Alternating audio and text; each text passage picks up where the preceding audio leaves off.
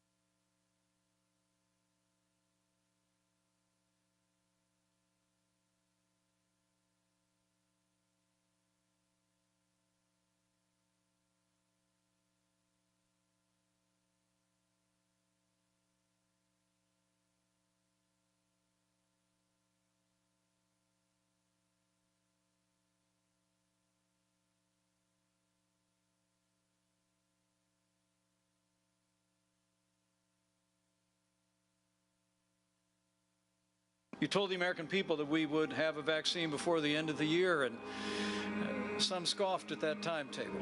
A vaccine by the end of this year, is that possible in your view? Oh, Brian, you know, it's another day of POTUS in Wonderland here.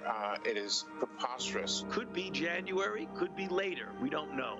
So the whole process is going to take a year and a half at least. They're certainly not going to be ready to start poking people in the arms real soon.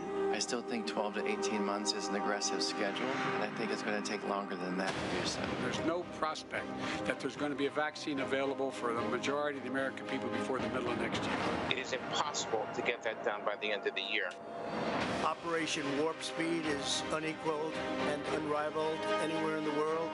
The single greatest mobilization in U.S. history, pioneering, developing, and manufacturing therapies and vaccines in record time.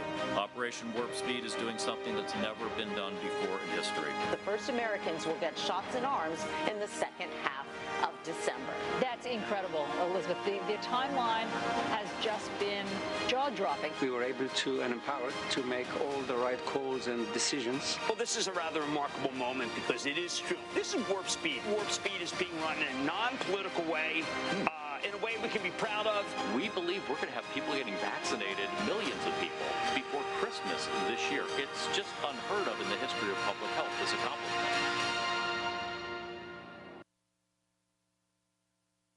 Ladies and gentlemen, the President of the United States, Donald J. Trump.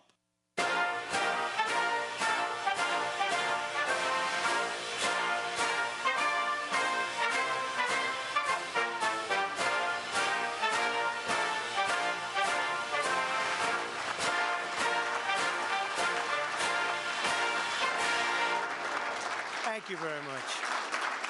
Please. How are you, Admiral? Thank you very much. Appreciate it very much.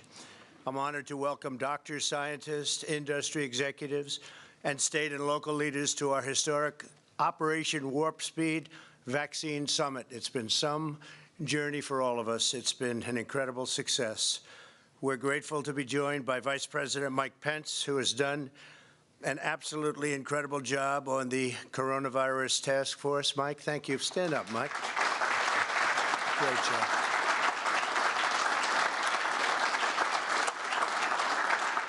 We're here to discuss a monumental national achievement. From the instant the coronavirus invaded our shores, we raced into action to develop a safe and effective vaccine at breakneck speed. It would normally take 5 years, 6 years, 7 years, or even more. In order to achieve this goal, we harnessed the full power of government, the genius of American scientists, and the might of American industry to save millions and millions of lives all over the world. We're just days away from authorization from the FDA, and we're pushing them hard, at which point we will immediately begin mass distribution. Before Operation Warp Speed, the typical time frame for development and approval, as you know, could be infinity.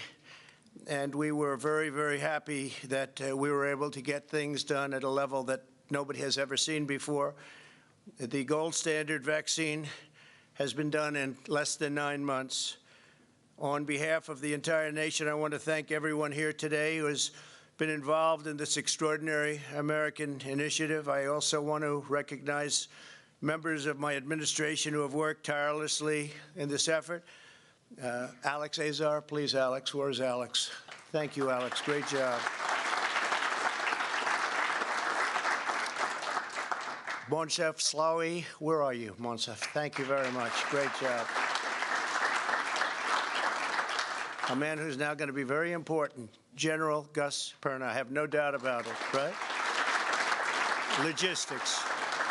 Jared Kushner's worked so hard. Where's Jared? Jared, wherever you may be. Thank you, Jared. Dr. Deborah Birx. Deborah? Thank you very much, Deborah. Admiral Brett Guar. Where is Brett? Great job you've been doing, Brett. Surgeon General Jerome Adams. Jerome, thank you very much. Terrific. Dr. Robert Redfield. Robert, thank you very much. Appreciate it.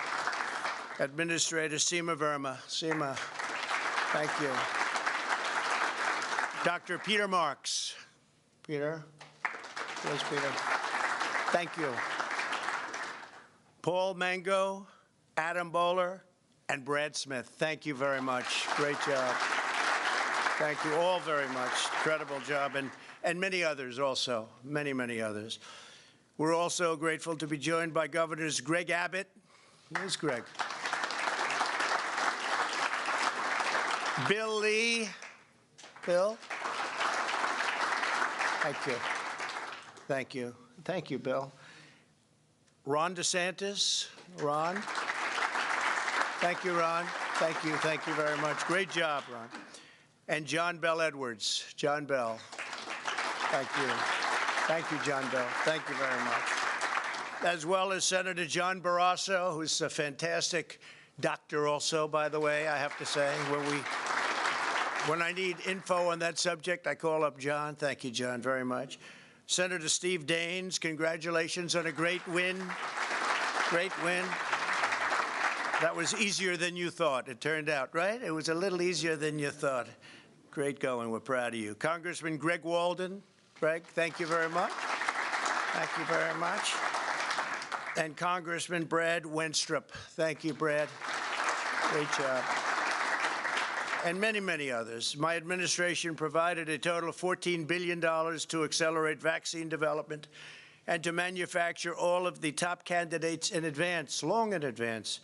As a result of this unprecedented investment, we are exceedingly proud that both Pfizer and Moderna have announced that their vaccines are approximately 95% effective, which is a number that nobody expected to be able to get to, far exceeding anything that really that anybody thought. We went out and we said, what do you think a maximum would be? And I think, doctors, we all came up to the conclusion that something like that would be really incredible. We have other candidates looking right now. We have some big ones that we're going to be announcing very soon. We have some companies, great companies out there you all know about, Johnson & Johnson and others, and they're all coming in, and they're coming in very quickly. We expect to have some news on that very shortly.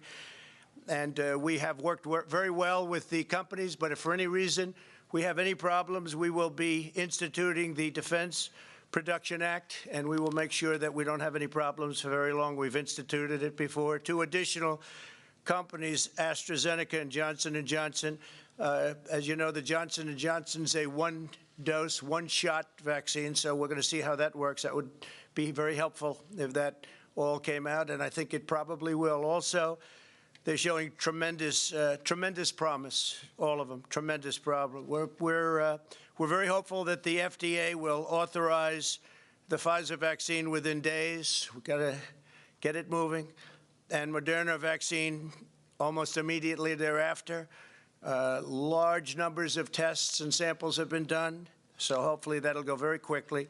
If authorized, tens of millions of vaccine doses will be available this month, and we'll get it distributed very quickly. We'll have that all set, and hundreds of millions more will quickly follow. Every American who wants the vaccine will be able to get the vaccine, and we think by spring we're going to be in a position that nobody would have believed possible just a few months ago. You know, amazing, really amazing. They say it's somewhat of a miracle, and I think that's true. The plan we put forward prioritizes the elderly and patients with underlying conditions, as well as healthcare workers and first responders. The ultimate decision rests with the governors of the various states, and I hope the governors make wise decisions who will decide where the vaccines will go in their state and who will get them first. We urge the governors to put America's seniors first, and also I think those who work with seniors, which obviously you're going to have to do that. I think they have to go together. And doctors, nurses, first responders, et cetera. This will quickly and dramatically reduce deaths and hospitalizations, and within a short period of time, I think we want to get back to normal. It's a very standard phrase. We want to just get back to normal, get back to where we were a little more than 9 months ago. We're doing incredibly. And in many respects, we're still doing incredibly with our stock markets and everything else, which are hitting all new highs. We've already finalized a partnership with Walgreens and CVS, whose executives join us today. Thank you very much for being here. Thank you very much. We appreciate it very much. And they will deliver vaccines directly to nursing homes as soon as the states request that they do so. Later today, General Gus Perna will outline the detailed plan to rapidly distribute the vaccine to every state, territory, and tribe. States have designated over 50,000 sites that will receive the vaccine. We've worked very closely with the states. Actually, we've had very good relationships with the governors. I almost think all of the governors, at least in those conference calls that are somewhat secret, other than sometimes on occasion, Mike, the press will break in, which is fine too. It's amazing how you leave those rooms and about 10 seconds later, there wasn't even time for a leak. They were on the call, but that's all right. So you assume that. You always assume that. But they'll be going through pharmacies, hospitals, healthcare providers. Through our partnership with FedEx, UPS, and McKesson, we'll ship doses from warehouses directly to the designated sites, and we're thrilled to be joined by representatives of those really great American companies. Those companies have worked with us, and they've been incredible to work with, and I want to thank you all for being here. Please, thank you very much. Thank you. Thank you very much. As I've stated all along, and I guess as you saw pretty vividly, I heard about what they were going to show prior to my coming. You saw that very few people thought that this was possible. Of course, they'll be saying now, we always told you it was so, but we have them saying a little bit different. But it has been incredible, and it will end the pandemic. It will end the pandemic, and we're working with other nations. As you see, actually, by looking at your screen today, we're working very closely with other nations also to get the vaccines out to other nations. And that's very important. We work with the world. We're working with the world. We have great companies, and we're working with the world. In just a few minutes, I'll sign an executive order to ensure that the United States government prioritizes the getting out of the vaccine to American citizens before sending it to other nations. Now, if necessary, I told you we'll invoke the Defense Production Act, but we don't think it'll be necessary. If it is, it's a very powerful act, as you know, because we've used it very, very successfully. While we begin to swiftly deploy the vaccine, we'll continue to expand the availability of groundbreaking therapies. Since April, advances in treatments have already helped reduce the mortality rate by 85%. Think of that, 85%. It's an incredible number. I've delivered on my solemn promise to make the antibody treatments, they're brilliant, they're highly successful, available to every American, and we're doing that free of cost, totally free of cost. So we're making them available, and they're available now. And if somebody gets sick, it works where they go and they get treatment if that's what the doctors are prescribing. And it's been incredible, the success. And when you hear 85%, that's some number. To me, that's a number that goes along with anything else, including the vaccines, when you think about it. As well as we've done with the vaccines, when you hear 85%, people find that one hard to believe. But you look at the stats and you see what's happening, and you look at other countries. They're having tremendous difficulties in Europe, tremendous, relatively beyond what we're having. They're having them all over the world. But this will vanquish the problem, this horrible scourge, as I call it, the China virus, because that's where it came from. And the virus has really been looked at and studied all over the world, and our scientists, our industrial and economic mobilization has been like nobody else in the world could have done. And it's very important that we share that with others and other nations. I've worked and invoked the Defense Production Act over 100 times to manufacture essential supplies in the United States, despite the grim projections from the media 8 months ago where they said this was impossible. They actually said, and you saw that a little bit, but I could give you 2 hours worth of it, but they said it will never happen, you could never do it, it was a pipe dream. But we did something that nobody thought was possible, and we also did it where no American who has needed a ventilator has been denied a ventilator. When this first came out, we weren't equipped for that. Nobody was equipped for that. And we're now making ventilators, and we have all we need in this country, but we're sending them to countries all over the world. And we're making thousands and thousands of ventilators a month. The United States has also created the largest, most advanced, and most innovative testing program in the world by far. We've conducted over 200 million tests. Think of that, 200 million tests. More than all of the European Union combined. It's not even close. Just 10 months ago, none of these innovations even existed. The tremendous progress that we've made is a testament to what our nation is capable of. When America is faced with a challenge, we come through, and we always come through to overcome every hardship and surmount every obstacle. And I think you'll be seeing that over the next few months. The numbers should skyrocket downward. We are the most exceptional nation in the history of the world. Today, we're on the verge of another American medical miracle. And that's what people are saying. People that aren't necessarily big fans of Donald Trump are saying, whether you like him or not, this is one of the greatest miracles in the history of modern-day medicine or any other medicine, any other age of medicine. American companies were the first to produce a verifiably safe and effective vaccine. Together, we will defeat the virus, and we will soon end the pandemic, and we will save millions and millions of lives, both in our country and all over the world, and we've already started. Thank you again to every person here today and for the incredible achievements that you've done. You're going to be very proud of this day, and you're going to be very proud of this period of time, because nobody thought this was possible. Nobody thought it was even remotely possible to do what we've done in a period of less than 9 months, something that just not even thinkable. And we took a lot of heat when we said this is our goal, and we frankly weren't even quite using the numbers that we used. We far exceeded what we thought. If we would have said sometime next year, I think most people would have said that would be great, that would be a miracle.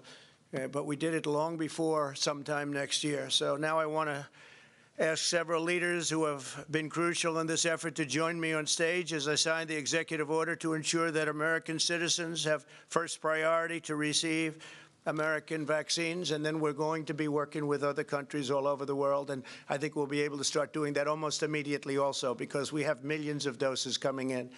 So thank you very much. Thank you. It's a great honor.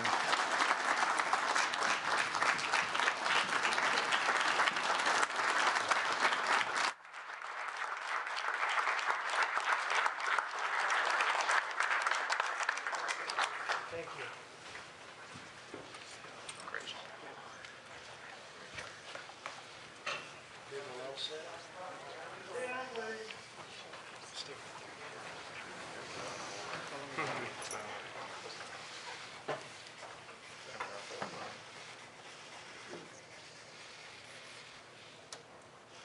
So let's see here. I guess we have to do our Vice President. Right?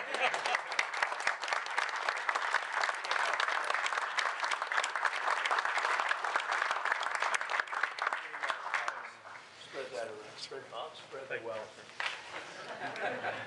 Thank you, Mr. President. Thank you very much.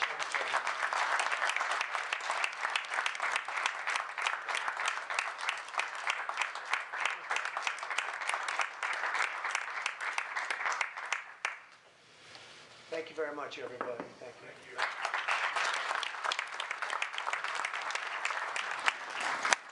Any questions, please?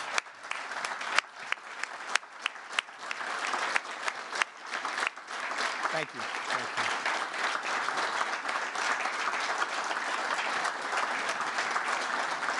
Thank you all.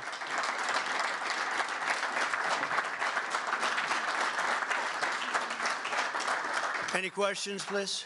Question? Yes, please. Clearly a success, this vaccine. I'm wondering, what your message is to the American people, given all the increasing cases right now, about what they should do over Christmas and the hardship that they're all facing as this virus does get worse. Yeah, well, CDC puts out their guidelines, and they're very important guidelines. But I think that the vaccine was our goal. That was number one, because that was the way it ends. Plus, you do have an immunity. You develop immunity over a period of time. And I hear we're close to 15%. I'm hearing that, and that is terrific. That's a very powerful vaccine in itself. And just tremendous progress has been made.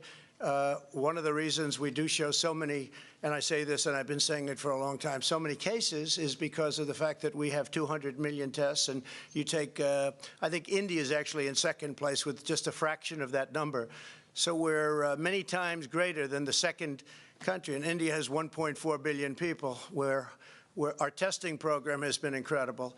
And we actually are also coming out with new tests very shortly that will make the process even easier. And you won't need doctors necessarily to do the tests. So we have some incredible tests coming out in a very short period of time. Yeah, please. Some of these scientific officials here in this room have encouraged Americans not to travel this holiday season, not to go to large gatherings. Across the street, you've been holding holiday parties with hundreds of people, many not wearing masks. Why are you modeling a different behavior to the American people than what your scientists tell? Well, they're Christmas parties, and frankly, we've reduced the number very substantially, as you know. And I see a lot of people at the parties wearing masks. I mean, I would say that I look out at the audience at those parties, and we have a lot of people wearing masks, and I think that's a good thing. Yeah, please, over here, go ahead. The next administration will be the one ultimately that implements a lot of the distribution of this vaccine and will oversee much of the future of the way Operation Warp Speed goes forward. Why not include members of the Biden transition team as part of this summit that you're hosting today? Well, we're going to have to see who the next administration is, because we won in those swing states, and there was terrible things that went on. So we're going to have to see who the next administration is. But whichever the next administration is will really benefit by what we've been able to do with this incredible science, the doctors, all of the people that came up, the lab technicians. The work that's been done is incredible, and it will be incredible for the next administration. And hopefully the next administration will be the Trump administration, because you can't steal hundreds of thousands of votes. You can't have fraud and deception and all of the things that they did, and then slightly win a swing state. And you just have to look at the numbers, look at what's been on tape, look at all the corruption, and we'll see. You can't win an election like that. So hopefully the next administration will be the Trump administration, a continuation, which has led us to the highest stock markets we've ever had, the best employment numbers we've ever had, a rebuilt military. If you look at the tax reductions are the greatest in history. The regulation reductions, the greatest in history. It leads us to Space Force, which nobody thought was possible. All of the things we've done, and we were rewarded with a victory. Now let's see whether or not somebody has the courage, whether it's a legislator or legislatures, or whether it's a justice of the Supreme Court or a number of justices of the Supreme Court. Let's see if they have the courage to do what everybody in this country knows is right.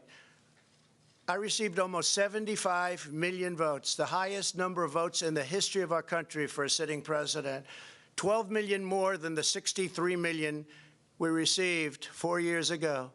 President Obama received 3 million less in his second term, and he won easily.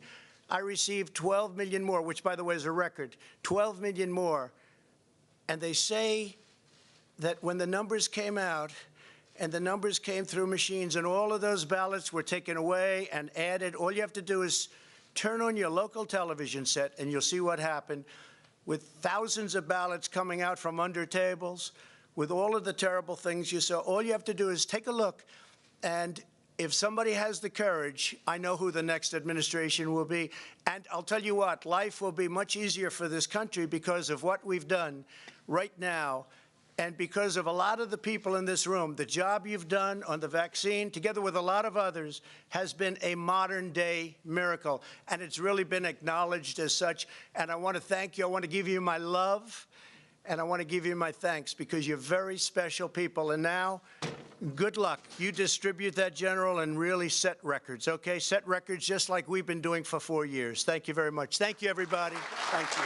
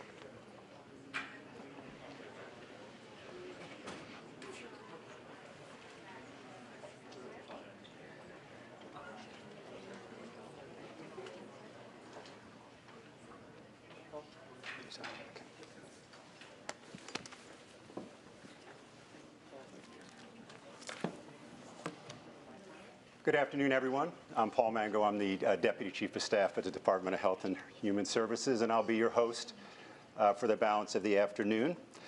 I thought we'd begin by reinforcing with a quotation the President's sentiments just a couple of minutes ago. You may recognize this. We were successful at Normandy because we didn't know it was impossible. From the President to Secretary Azar, to Dr. Slaoui and General Perna, and down through the ranks of every participant in both the public and private sectors, their focus was singular: save American lives. No one on this team ever knew bringing millions of doses of even one, not to mention two vaccines, safe and effective to the American people before year-end was impossible. This was the principal reason today why we are where we are, on the verge of doing just that. But as the President noted, this is what separates America from the rest of the world. We take the impossible and we make it possible. Make no mistake about it, though, today is not a declaration of mission accomplished. Rather, it's a glimpse into mission impossible, an extraordinary effort to successfully confront what many of the world's experts and pundits believed could not be done. We have three objectives for this afternoon. The first is to build understanding. We will describe how the Trump administration plans to equitably distribute safe and effective vaccines to any American desiring one. Second, we seek to build confidence, describe how the Trump administration is following data and science in the development and evaluation of the vaccines. And third, we're going to recognize achievements, celebrate the private sector innovation, commitment, and the American spirit those working with the Trump administration have demonstrated every step of the way to achieve the fastest development and distribution of vaccines in history. The run of show today will be as follows. Dr. Slaoui will discuss the strategy and process behind the investments and cultivation of our vaccine portfolio, while General Perna will provide some insights into the task of shipping vaccines within 24 hours of FDA authorization. Adam Bowler and Dr. Peter Marks will discuss the rigorous gold standard process the FDA is using to ensure the vaccines are safe and effective. Admiral Gerard and the executives from FedEx, UPS, McKesson, and Thermo Fisher will discuss cold storage, handling, and delivery logistics. We'll then have a 10-minute break, about an hour and a half in. Then Brad Smith will be moderating a panel with CVS and Walgreens to discuss vaccine administration, with a focus on long-term care and senior living facilities. Then Secretary Azar, who's been the architect of Operation Warp Speed from the start, will interview Governors Abbott, DeSantis, Edwards, and Lee about the critical role of states and jurisdictions in the vaccine prioritization and administration process. Finally, we'll hear from Vice President Pence, whom you know has been leading the White House task force for the last 9 months. He'll offer some reflections and closing remarks. Implicit in this agenda are three vital partnerships animating the success of Operation Warp Speed. First is HHS and the Department of Defense. Second is federal-state, and third is public-private. The federal government is enabling success, but we would not be here today if not for the set of collaborative partnerships. You will gain more insight into each of these over the next couple of hours. As Dr. Slaoui and General Perna come up onto the platform, I'd like to briefly describe the paradox that's inherent in their roles. Dr. Slaoui's role has been to evaluate in advance from over 100 candidates what became a portfolio of 6 vaccines having the greatest probability on a risk-adjusted basis of achieving our objectives. At the same time, General Perna's role has been to create a distribution and administration architecture ensuring any or all 6 of these vaccines translate into actual vaccinations. So while Dr. Slaoui's odds of success improved with every vaccine in the portfolio, the complexity of General Perna's task grew exponentially. Some vaccine requires 2 doses, some require 1. Some need an adjuvant, some need a diluent. Some injections are 21 days apart, some are 28 days apart. Some need small needles and syringes, others need large ones. Some need to be stored at -80 degrees Celsius, others at room temperature. I think you get the point. Nonetheless, General Perna and his team from the Army Logistics Command, along with the Centers for Disease Control and Dr. Redfield, are meticulously working through these issues. But it's best that Dr. Slaoui and General Perna describe all of this in their own words. Dr. Slaoui? Thank you. I'm going to take care. Thank you, Paul. Apologies, guys. It's getting more complicated. Well, thank you very much. Ladies and gentlemen, indeed significant progress has been made through Operation Warp Speed in the development of vaccines against COVID-19 for the American people and for the world. However, obviously there is still much more that needs to be accomplished before we can effectively take control of this pandemic and get back to our normal life. Hey, Dr. Sly, I'm sorry. You just need this microphone. Sorry to interrupt you here. That one's not working. So we need to turn that on. Yeah. Sorry about that. So I thought today that what I do is summarize where we are in the development of COVID-19 vaccine. How come we have been so fast? Why I believe it's very important that Americans and people around the globe trust the effectiveness and safety of this vaccine. And of course, I also want to acknowledge and thank the many participants from the private sector to the academics to the US government employees to the volunteers who participated in the clinical trials and the hundreds and thousands and tens of thousands of people across various industries that have enabled and made possible where we are today. So over the past 7 months, what we have done is to say, let's select a portfolio of vaccines rather than bet on only one or two. And let's drive all 6, in fact, at the initiation we thought we could have 8. Let's drive them in parallel as safely and as securely as possible. And we designed that portfolio by selecting what we call platform technologies. I'll explain that more in a second. And decided to take 2 exemplars of each platform technology in order to increase our chances to succeed, because failure is the normal life of research and development. And success is rare. And success, in this case, not only meant that we would have a vaccine, but that we would have a vaccine on time, and that we would have vaccine that can be manufactured in tens of millions and then very quickly into hundreds of millions of doses. These were all enormous challenges.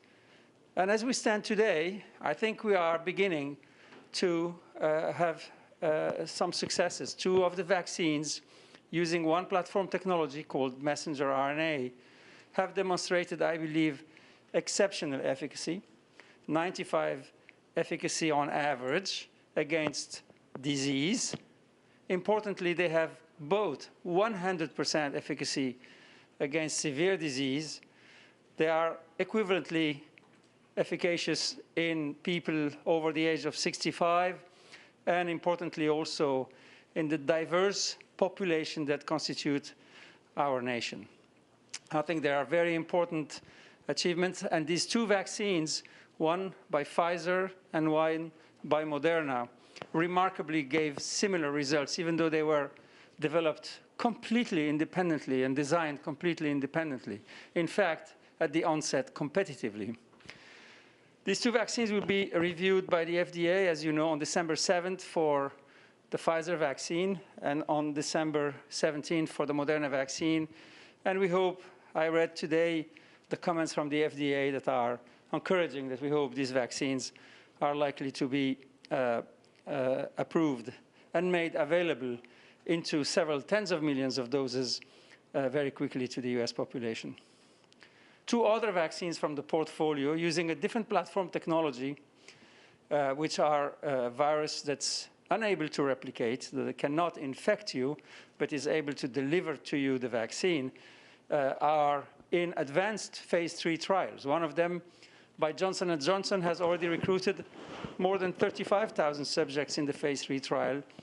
And Mr. President explained that that vaccine is a one-shot vaccine, which in the context of a pandemic is really a major advantage, because people can achieve protection quickly after having received 1 dose, and we don't have to rely on them coming back for a second dose. I'm not saying 2 doses is bad. I'm just saying 1 dose is even better than 2 doses. That vaccine is likely to complete its efficacy trial in terms of assessing efficacy of the vaccine, probably early in the month of January, and hopefully would file for emergency use authorization either late in January or early in February. That's important because we are likely to have a third vaccine somewhere in February, hopefully if the appropriate efficacy and safety profile, of course, are achieved. And there is a second vaccine using similar platform technology by AstraZeneca.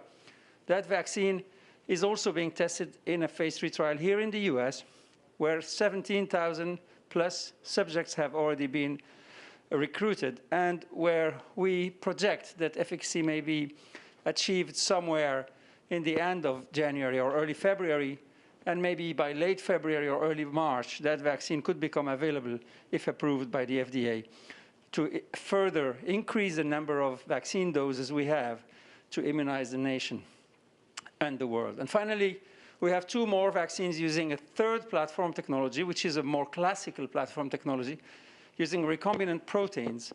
And these are vaccines by a biotech company here in the US called Novavax, and another one by 2 large pharma and vaccine companies that put their efforts together, Sanofi and GlaxoSmithKline. These vaccines are in phase 2 trials and should be starting the phase 3 trials in the next few weeks or days. And if proven efficacious, they may, before the middle of the year, again, be able to apply for emergency use authorization and further add to our menu of vaccines with hopefully comparable efficacy and various advantages in terms of cold chain requirements and storage and other features. So in summary, I would say we have 2 in the hand, substantially, the 2 RNA vaccines, 2 close by, and 2 to come. We plan to manufacture enough of these vaccines to immunize about 20 million of our citizens before the end of this year, about 30 million in the month of January, and about 50 million in the month of February. Those would be immunizations that require 2 doses of vaccine. And we hope to either have more vaccine doses of the messenger RNA vaccines and or more vaccine doses from the other portfolio vaccine that I cited to complete the immunization of the rest of our population, which we project could be done by the month of June, if everybody accepts, which we hope, to be vaccinated. So how come we have developed so many vaccines so quickly? Well, really, this is what the operation has achieved. And there was a visionary, I think, decision to put together the academic sciences, the industry experience, biotech or pharmaceutical, the US government entities in terms of the Human Services Agency, and the Department of Defense, the logistics, the capabilities, the project management, the deep science, the industrial experience were all put together, financed, freed from bureaucracy, and empowered to make decisions. And I have to say, it has worked remarkably well.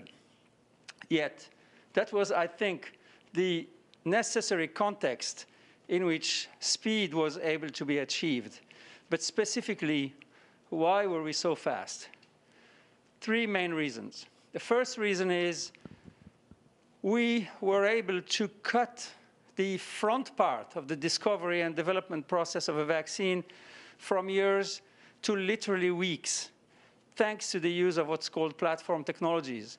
It's a little bit like if you had, imagine a cassette player can play classic music if you put a classic music tape, or a rock and roll if you put a rock and roll tape. 99% of the cassette player is, of course, the same. Only the tape changes, and you have a very different outcome. It's the same with vaccine. Platform technologies are a mean by which you can produce a vaccine that induces the right immune responses, and you put a different cassette in it to make a different vaccine against a different virus. So when we knew, we as the industry and the academia, what the virus that causes COVID-19 is and its sequence, companies were able to take that sequence, plug it in the cassette player of their platform technology, and be into the clinic within 2 months from the discovery of the virus. This is where we cut, I would say, most of the time. Those platform technologies have been invested into for decades for some of them, and at least for 10 years for instance, the messenger RNA. They have been into the clinic with other vaccines. They have been developed for industrial manufacturing. Their toxicology and safety in animals was described. We didn't cut corners. We used what was known and built on it. And I think that's really super important for everybody to understand. The second thing that allowed us to accelerate was that we took every possible operational and financial risk. We planned everything in parallel. We spent all the money before we knew whether things were going to work. We planned phase 1, phase 2, phase 3 trials in parallel. Of course, we didn't progress in parallel. We only progressed when the FDA said it's fine, it's safe to progress. But we selected hundreds of sites for clinical trial, for instance, well before we knew we could ever run the clinical trial. That's not what you do normally. That cost $1 billion, effectively, those clinical trials. We also invested enormous amounts of money to tune or build, equip, and then scale up the manufacturing process for these vaccines. Even hire people and train them into the manufacturing facilities. What we need to realize is no industry has idle manufacturing capabilities waiting for the next pandemic to happen. So that was a huge challenge, frankly, the bigger challenge, to be able to find those manufacturing capabilities, source the raw materials. My colleague, General Perna, and his team have done an unbelievable job in enabling the access to the raw materials, to the equipment, to the engineers, to whatever it is that was needed to be able to drive the speed of manufacturing. That's how we're able to have millions of doses of vaccine before the vaccines are approved. That's never how it works in real life. And then the third reason why we went very fast was that we ran very large trials for the efficacy, to assess efficacy of the vaccines. In the context of a pandemic, running a very big trial actually accelerates the speed with which you run the clinical trial because it allows you to accrue more cases in the trial. And having cases in the trials is what allows you to assess whether the vaccine is efficacious or not. Unfortunately, also, the speeding up of the pandemic and transmission of the virus has helped. And we were able to achieve, thanks to that, a much faster completion of the efficacy trial. As a second objective of having very large clinical trials is that we have a much larger database to document the short-term and mid-term safety of these vaccines. Normally, 6,000 to 8,000 subjects in a clinical trial is what's required for approval of a new vaccine.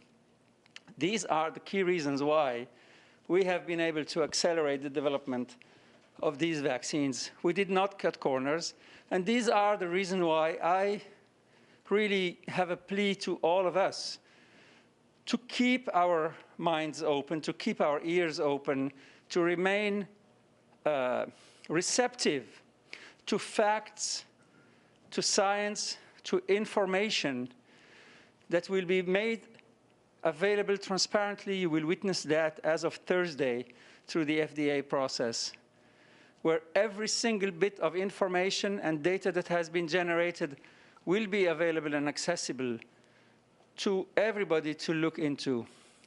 Identify those experts that you know and that you trust and ask them what they think of the data. Listen to the data yourself and make up your mind. We have 95% efficacy, almost an insurance against this pandemic, and 100% efficacy against severe disease, a disease that killed more than 200,000, almost 300,000 people, killing more than 2,000 every day. Those are the risks we know, and they are happening every day. I hope most of us will accept to be vaccinated, because that's the way through which we will be able to control this pandemic. Otherwise, vaccines that are not used are useless. Vaccination is what's important. Finally, while great progress has been made, as I said in the beginning, we still have a lot to do. We still have vaccines that are being tested in phase 3. I told you that the Johnson & Johnson vaccine has recruited 35,000 subjects. We need to get to 42,000. That's our objective. The AstraZeneca recruited 17,000. We need to get to 30,000. And the 2 protein vaccines are going to start their phase 3 trials in the next few weeks.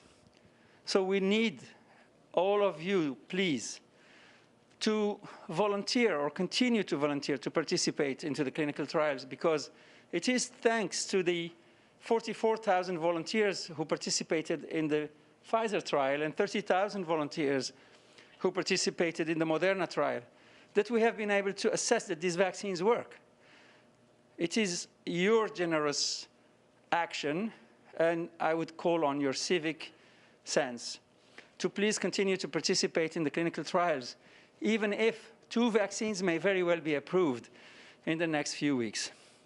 And I would say there's in that not only an action that will help our country and the world, in that it defines that more vaccines can be shown to be efficacious, but that action is also, frankly, helpful to you. You've heard me say we can immunize 20 million people in December, 30 million in January, 50 million in February. If you participate in a clinical trial, you have 50% chance to have the vaccine now. And from some other trial, depending on how randomization is done, you may have 66% to have vaccine now. And these trials are running so fast. When the trial completes, you will have also a chance, if you received the placebo, to get vaccination immediately once the trial has read out. So please continue to participate, continue to help. We are continuing to drive as fastly and as safely as we can the development and the manufacturing of this vaccine. And I know General Perna is working very hard with his team to ensure that they make it to the location where you will be able to be immunized. General, up to you now. Thank you.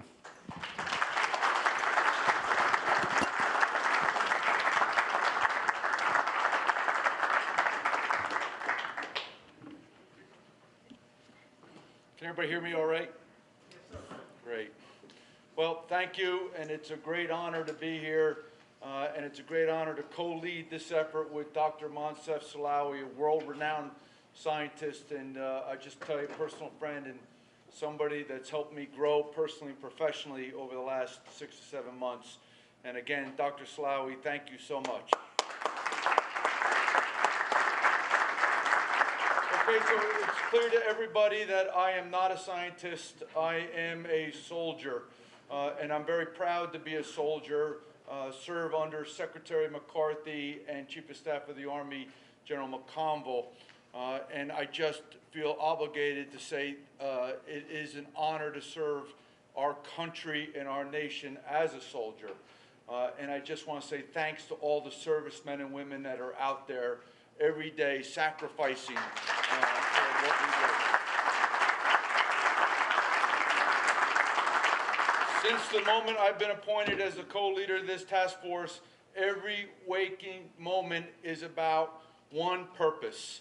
And Dr. Slaoui and I have this purpose together, right? It is about saving American lives. There is nothing else that has our focus but saving American lives. And we're doing that, right, by delivering safe and effective therapeutics and vaccines to the American people. And how did this come to fruition? As quickly said earlier by Dr. Slaoui, it's come to fruition because of our approach being a whole of America effort. Right? It was led at the government, at the highest levels of the government, by Secretary Azar and Secretary Miller of the Department of Defense. It has been supported and collaborated by our great industry partners that are represented here today, and I'll call some out in the future. But trust me when I tell you we couldn't do it without them. And then it has been contributed through great academia conversations about innovation. How do we are able to act in an agile and adaptive way to the COVID and achieve success of what we're trying to do. So it was this collaboration of this effort that I just cannot express enough to all of us how important this was. Future problems facing us need to always have this type of collaboration if we want to ensure success. It's been a Herculean effort, as Dr. Slaoui talked about. We have focused, we have built brick and mortar capability and capacity, expanded already capability that existed so that we could ensure that we have vaccines when they were approved. We have prioritized materials from around the world into our industry partners. We have prioritized medical equipment into our industry partners to achieve the success that we're talking about today. Initial doses in the hundreds of millions, right, or excuse me, in the tens of millions, right, in December. But we will quickly expand every week, every month that goes by until we have enough vaccine for all the American people. That was our mission, safe and effective vaccines to the American people. Now, we're at a stage, as Dr. Slaoui said, we're on the precipice of having vaccines approved. So what is next? Because we don't want to get out in front of ourselves. As my father used to say, you can only spike the football when you're in the end zone. Well, what is the end zone described as here? Shots in arms, right? And so we want to make sure that we have a distribution plan that is capable, right, of taking the vaccines that are available on a daily, weekly, and monthly basis and ensuring a distribution to the American people. How do we do that? 3 cornerstones to our plan. First and foremost, we went to the CDC, experts, right?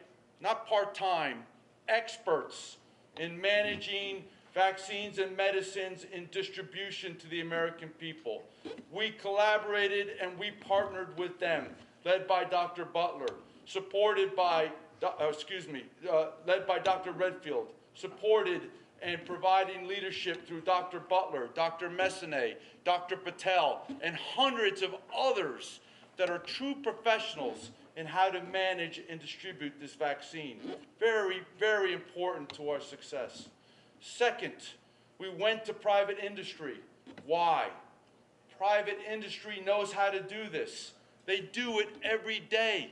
They do it quietly. They do it professionally. They do it with expertise. Vaccines and medicines flowing throughout our country every single day, right? And who's doing it? Private industry. We went to them. We collaborated with them. We took their good ideas. We put them into our plan. The CDC integrated, synchronized, coordinating their capabilities and capacity of industry to ensure that we have a well-nested plan for distribution. Right? And then what was the last thing? Key to our success. It's not our plan that needs to be implemented perfectly. It is the governor's plans that we want to enable, that we want to empower, that we want to make sure that we can execute according to their priorities and guidance. They know their states. They know their people. They are being informed by highly professional medical personnel that know their people and their states. Our position is to enable them. So it is this trifecta, the CDC, commercial industry, and the governors and their states that is going to make us successful at the end of the day. Trust me, it is about collaboration. It is about unity of effort. It is not about command and control. This is what the operation's been able to synchronize and integrate. So, as said earlier, right, what is our goal? Our goal is upon EUA, emergency use authorization, which will be determined by the FDA, we will start moving vaccines within 24 hours. We will move them throughout the entire United States of America. 50 states, 8 territories, 6 megacities, and 5 federal agencies. We know, right, based on the allocations that were available to us for Pfizer vaccine and our allocation process was by pro rata to the population of each state, territory, or city above the age of 18 to ensure fair and equitable distribution of vaccine every day. We know that for Pfizer vaccine, based on our allocation, we know exactly, as of last Friday, where the states want the vaccine distributed to. We know the locations by address. We know the populations based on the amounts that they want at each location. We know this as a fact. We are already sharing this information with industry, which I'll talk about in a minute, what they're going to do with it, so that they can plan, package, and prepare to distribute. This week, we're working on the Moderna vaccine initial allocations with the states. And by this Friday, we will have all the locations for the Moderna vaccine allocation from the states. We'll know where they want it, and we'll know how much they want it. So within a 1-week period, we've been able to accumulate, process, inform, and collaborate where the vaccine's going to, key to our success. So now we have EUA, we have the information we need, where it's going, how much is going. So how is it going? First, the Pfizer vaccine is depicted up front, top or half of the chart. Their goal is to deliver a vaccine to the right side of the chart on all those places and locations that we want it to go to. Pfizer has chosen to do their own delivery of vaccine, right, in collaboration with us and in our priorities to distribution capabilities, right, FedEx and UPS, right, and they will distribute to FedEx and UPS will break down the vaccine by location and then distribute it to the final locations accordingly. The Moderna vaccine is going a little bit differently. Moderna chose to have a distributor come in and help them. McKesson is going to take responsibility for that. They're going to break down the vaccine. They will repackage it. Then they will distribute it through FedEx and UPS down to the final administration sites as directed by the governors. At the end of the day, whether it's Pfizer or Moderna, right, our capability and capacity is something that we know how to do, and we know how to track and how to implement it, and how to make sure that the vaccine is delivered. It is delivered safely. It is delivered to ensure the stability of the vaccine, and it is delivered securely to the locations that we said. Right? This is why we put this all together. It will be a Herculean task, but I am confident, as I said, the planning by the CDC, the collaboration by our partners, McKesson, FedEx, UPS, CVS, Walgreens, right, that we will be able to execute this vaccine very efficiently, but more importantly, effectively. As we start to deliver the vaccine, we will be able to track every single vaccine from start to finish. We have worked in great collaboration with commercial industry. We have developed a capacity or a capability to track every vaccine. We will see from point A to point B. We will understand how the vaccine is being administered in arms, and we will continue to flow vaccine to support the use at the administration sites. The key is flow of available vaccine. We are not waiting for a monthly cycle of delivery of vaccine. Every day, every week that vaccine becomes available, allocations will be provided to the states, and we will start and we will execute a predictable and consistent cadence of vaccine delivery. We will do that by providing allocations to the states. States will tell us where they want the vaccines to go, and then we will deliver the vaccines in accordance to the process that I told you. What is the greatness of this? It is about making sure that we get the initial doses out following EUA within 24 hours, and then providing a steady cadence of vaccine so that planners can plan and then people who are going to have to administer understand the timing of administration where we can notify persons to come get shots and be available. It is the flow we're trying to create that will determine our success. I'm very excited about this. I'm very excited about the amount of work that's gone into this. Somebody said to me the other day, oh, I heard there's EUA coming about. Are you guys going to start planning? I said, start planning. We literally have started planning, as Dr. Slaoui talked about, 7 months ago. Right? It was in parallel that we executed this. We assumed success so that we could get ahead of the problem. It was because of the great efforts by the CDC, the collaboration of commercial industry and the states, Herculean effort to plan for the people to receive shots, that we're going to be successful. So, with that said, I will tell you, I am 100% confident that we will be able to implement this, that with our collaboration of the trifecta there, we will be successful, and we will start to have shots in arms within 96 hours of EUA. That's what I believe with all my heart. And I am counting on it because I, for one, have told my mother, right, get the vaccine. I've told my sons, get the vaccine. That's how confident I am in this.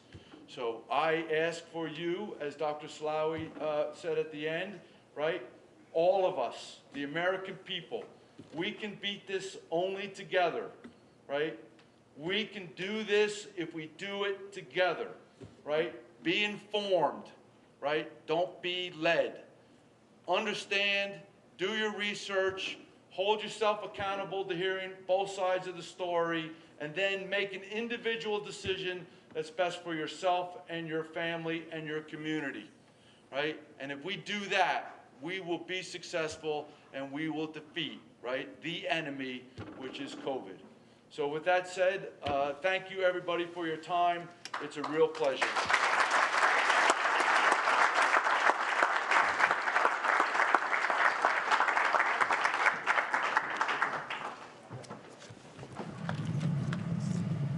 Okay. I'm not sure there's two more humble, selfless, competent leaders in the country. So congratulations, gentlemen. It's been a pleasure working with you. I have to tell a short anecdote about Dr. Slaoui. He's pretty reticent about telling folks he's the most successful vaccine developer in the world today. So after he decided what his slate of 6 vaccines was going to be, we took him through a little exercise. We said, there's 3 criteria we want you to evaluate the probability of. Will it get through phase 3 clinical trials and get an EUA? Will it be effective in persons over 65? And will we have tens of millions of doses of each? 6 vaccines, 3 criteria, 18 total factors. We came out with, if you remember, this was last summer, 75% probability we'd have at least one of those, about 30% probability we'd have 2. So choosing that slate was so vital to our success today, and Dr. Slaoui was once again spot on. Okay.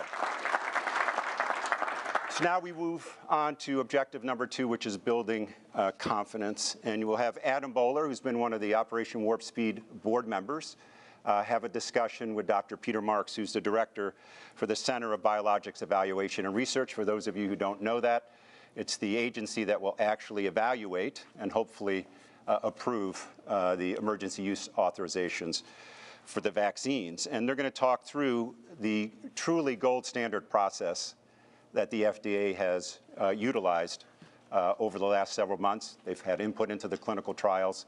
They're obviously vital to evaluating for emergency use. Now, Peter's been very gracious.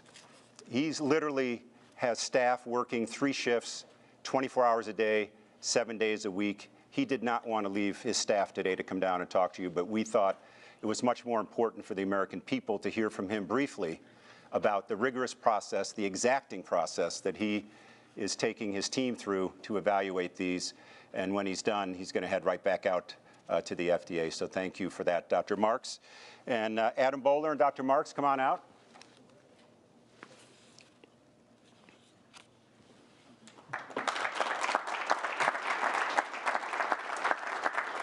Adam, it's all yours, Adam.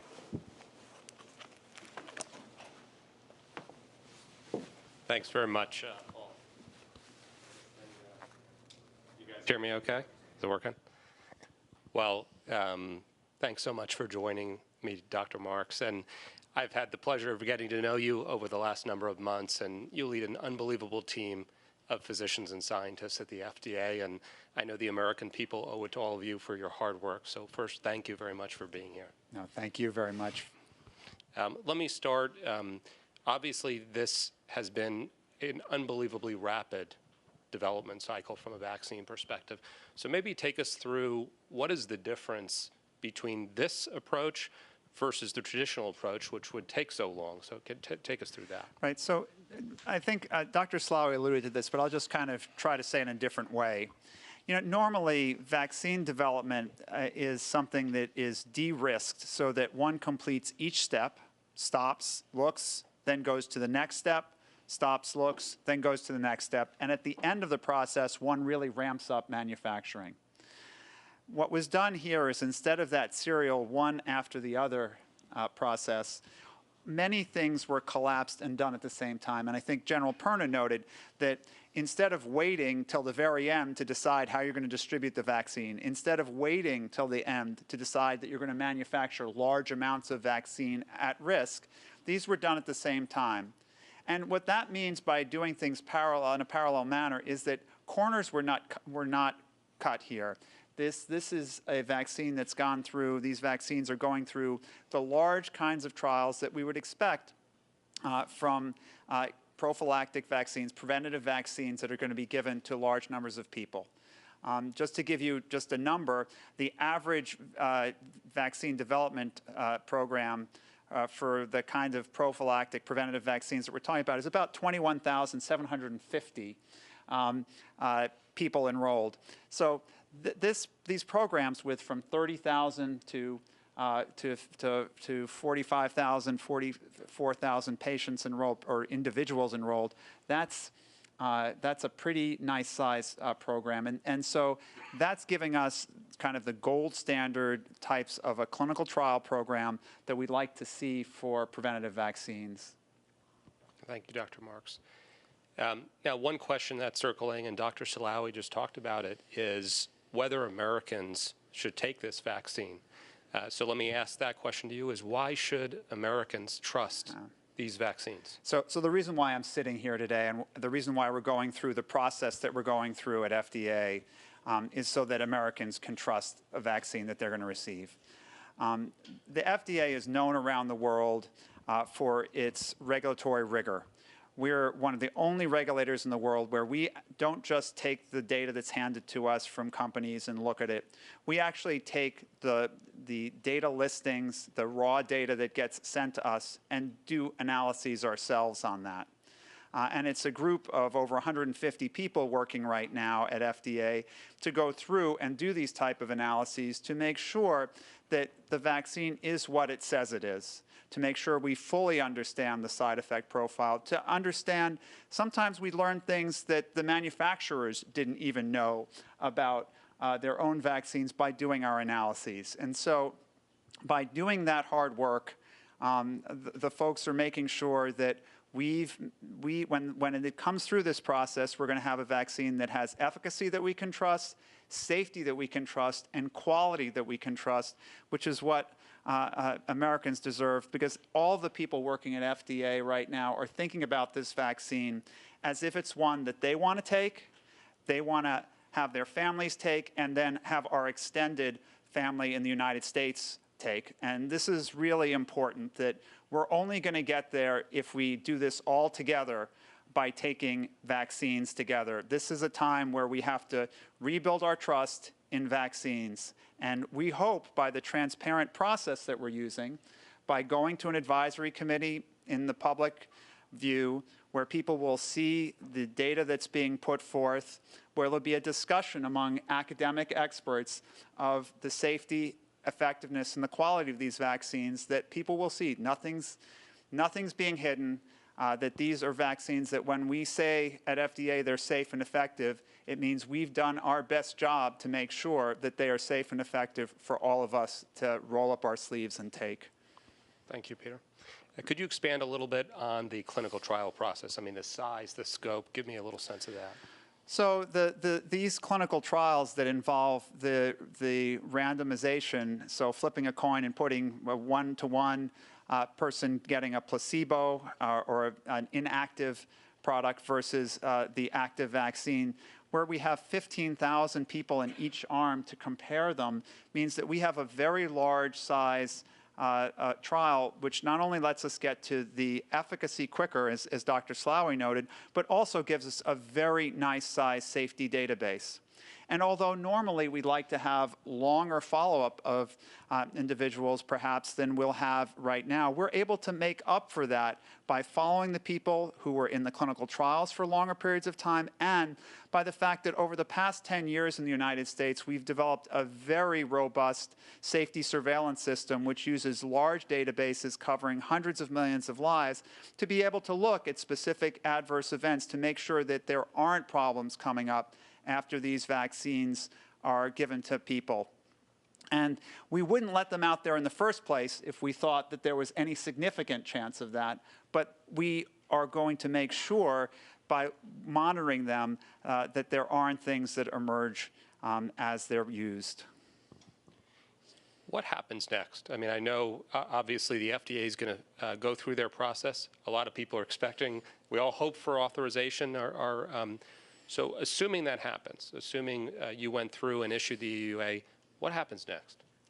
After an emergency use authorization is granted, there'll be several things that will happen, but the Advisory Committee of Immunization Practices will make further recommendations about use of the vaccine. The vaccine will then get into General Perna's hands, and they will get it out there, and we will activate our safety surveillance system. There will actually then be, in the coming months, additional trials that will be done on these vaccines, because there are populations that we still don't have information on that we have to get information. Children, pregnant women, among them, that we'll get more data on these vaccines so that we'll be able to ultimately, hopefully, by late spring, start to vaccinate the entire population and get to children so that we actually then stop the entire COVID cycle. And I know once it gets into General Perna's hands, was it plus a day? Less? That's it. One final question for you, Dr. Marks, which is expand a little bit on how important it is for every American to get this vaccine, or not, feel free to say. I think it's really critical here to understand that what we're doing at FDA is trying to make sure that people have the confidence to use vaccines. Vaccines have been an incredible public health advance. Our agency has been regulating vaccines for over 100 years, since actually before the Center for Biologics, the precursor, actually predated the Food and Drug Administration. It was established by the Biologics Control Act of 1902, for anyone who wants some history lesson. And so we've been doing this for a while. The first or second biologics license was for a smallpox vaccine. So we've been doing this, and so we got a pretty good sense of what safety looks like for a vaccine. And we've seen what vaccines can do. Eliminated smallpox. Polio is something that nobody sees anymore in the United States because it's gone pretty much. Even measles we don't see, because as long as we keep getting our children vaccinated, we don't have measles outbreaks in the United States. So it's a huge transformation from vaccines. And we would not allow vaccines to go out there if they weren't safe and effective. And when we see safety signals, we deal with them. So it's critical here that we all trust in the outcome of this process, because we all need to bring this crisis to an end together, and getting vaccinated is kind of the first step there. You know, what we have right now is we can wear masks, We can wash our hands and we can stay social distance. With the vaccine, we can finally help drive this away and have it go the way, hopefully, of smallpox to being something that's only in high biocontainment laboratories. And that's only going to happen if a large fraction of eligible people take the vaccine. Well, thank you, Dr. Marks. I mean, Washington can be a difficult town, but you and your team and the group here show that this is not a partisan effort. It's an American effort. And so as an American, I want to really say how much I appreciate all your work and your team's work.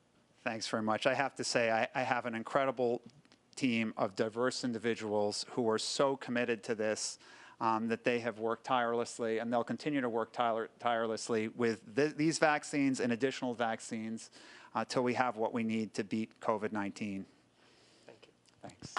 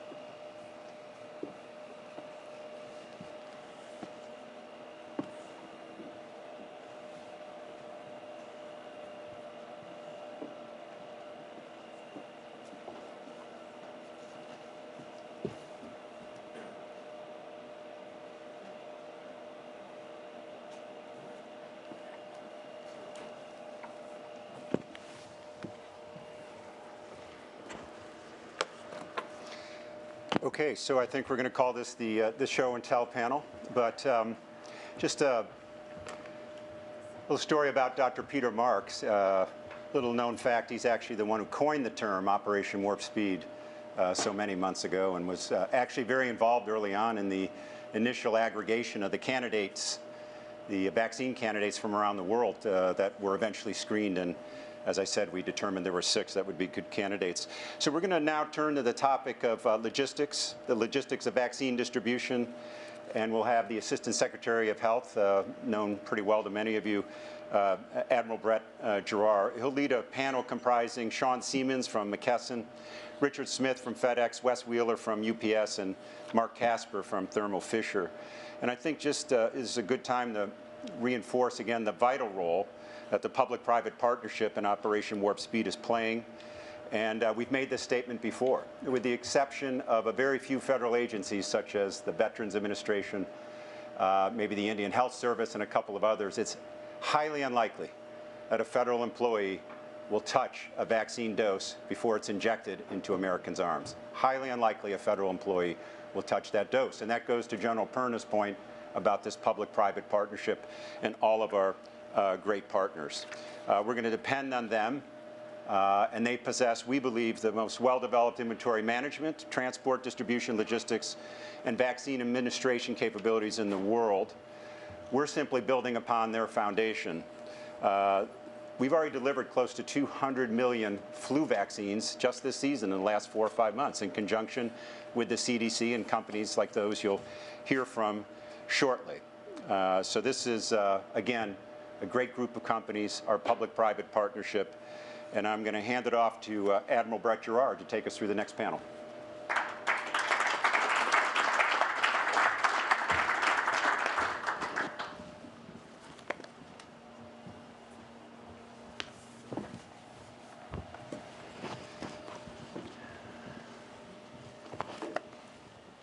Well, good.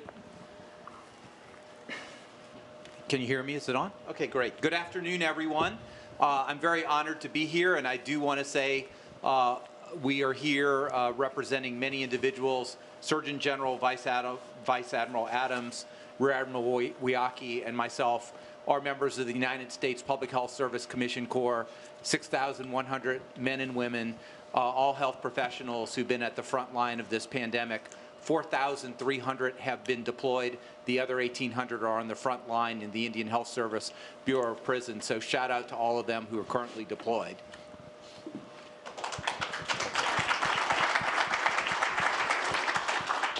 I am here with 4 great companies.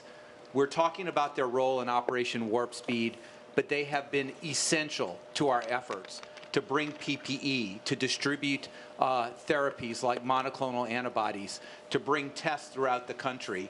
What you're going to hear here is only the tip of the iceberg of what they've done to support this pandemic response in our country. You heard their names, but Sean Siemens, President, RX Crossroads, Executive Sponsor, Enterprise COVID Vaccine Program with McKesson. Mark Casper, Chairman, President, and CEO of Thermo Fisher. Wes Wheeler, President, UPS Healthcare, and finally Richard Smith, Regional President of the Americas for FedEx. So I'm going to lead with a few questions. My first one I'm going to direct at our colleagues from McKesson.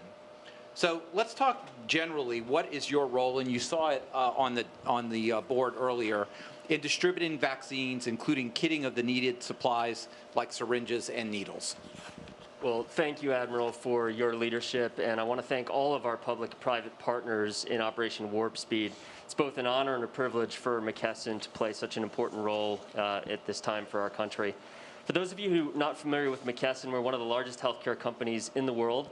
We do lots of things. Our primary role is distributing pharmaceuticals and medical surgical supplies to end sites of care, hospitals, physician office, clinics, etc. We also have an extensive background in vaccines. Been the proud supporter of the CDC's Vaccines for Children's program for the last 13+ years, and we are the largest distributor of seasonal flu in the United States. We were also the centralized distributor for H1N1 during that pandemic, and we stand ready to meet this moment right now in the time of COVID vaccine delivery for our country. So we have 2 primary roles. The first is centralized distributor of vaccines and ancillary supply kits. The second is the producer of those ancillary supply kits, and that's where I want to start. I've actually got an example of the kit here that I can show on this very crowded table. As you can see, it'll come in a box like this. We have produced enough of these kits to administer over 150 million doses of vaccine at this point. We've been well at work manufacturing these kits for the better part of the last 2.5 months, and that kit right there will have enough supplies to administer 100 doses of vaccine, which is what will accompany most of the vaccine deliveries as part of this program.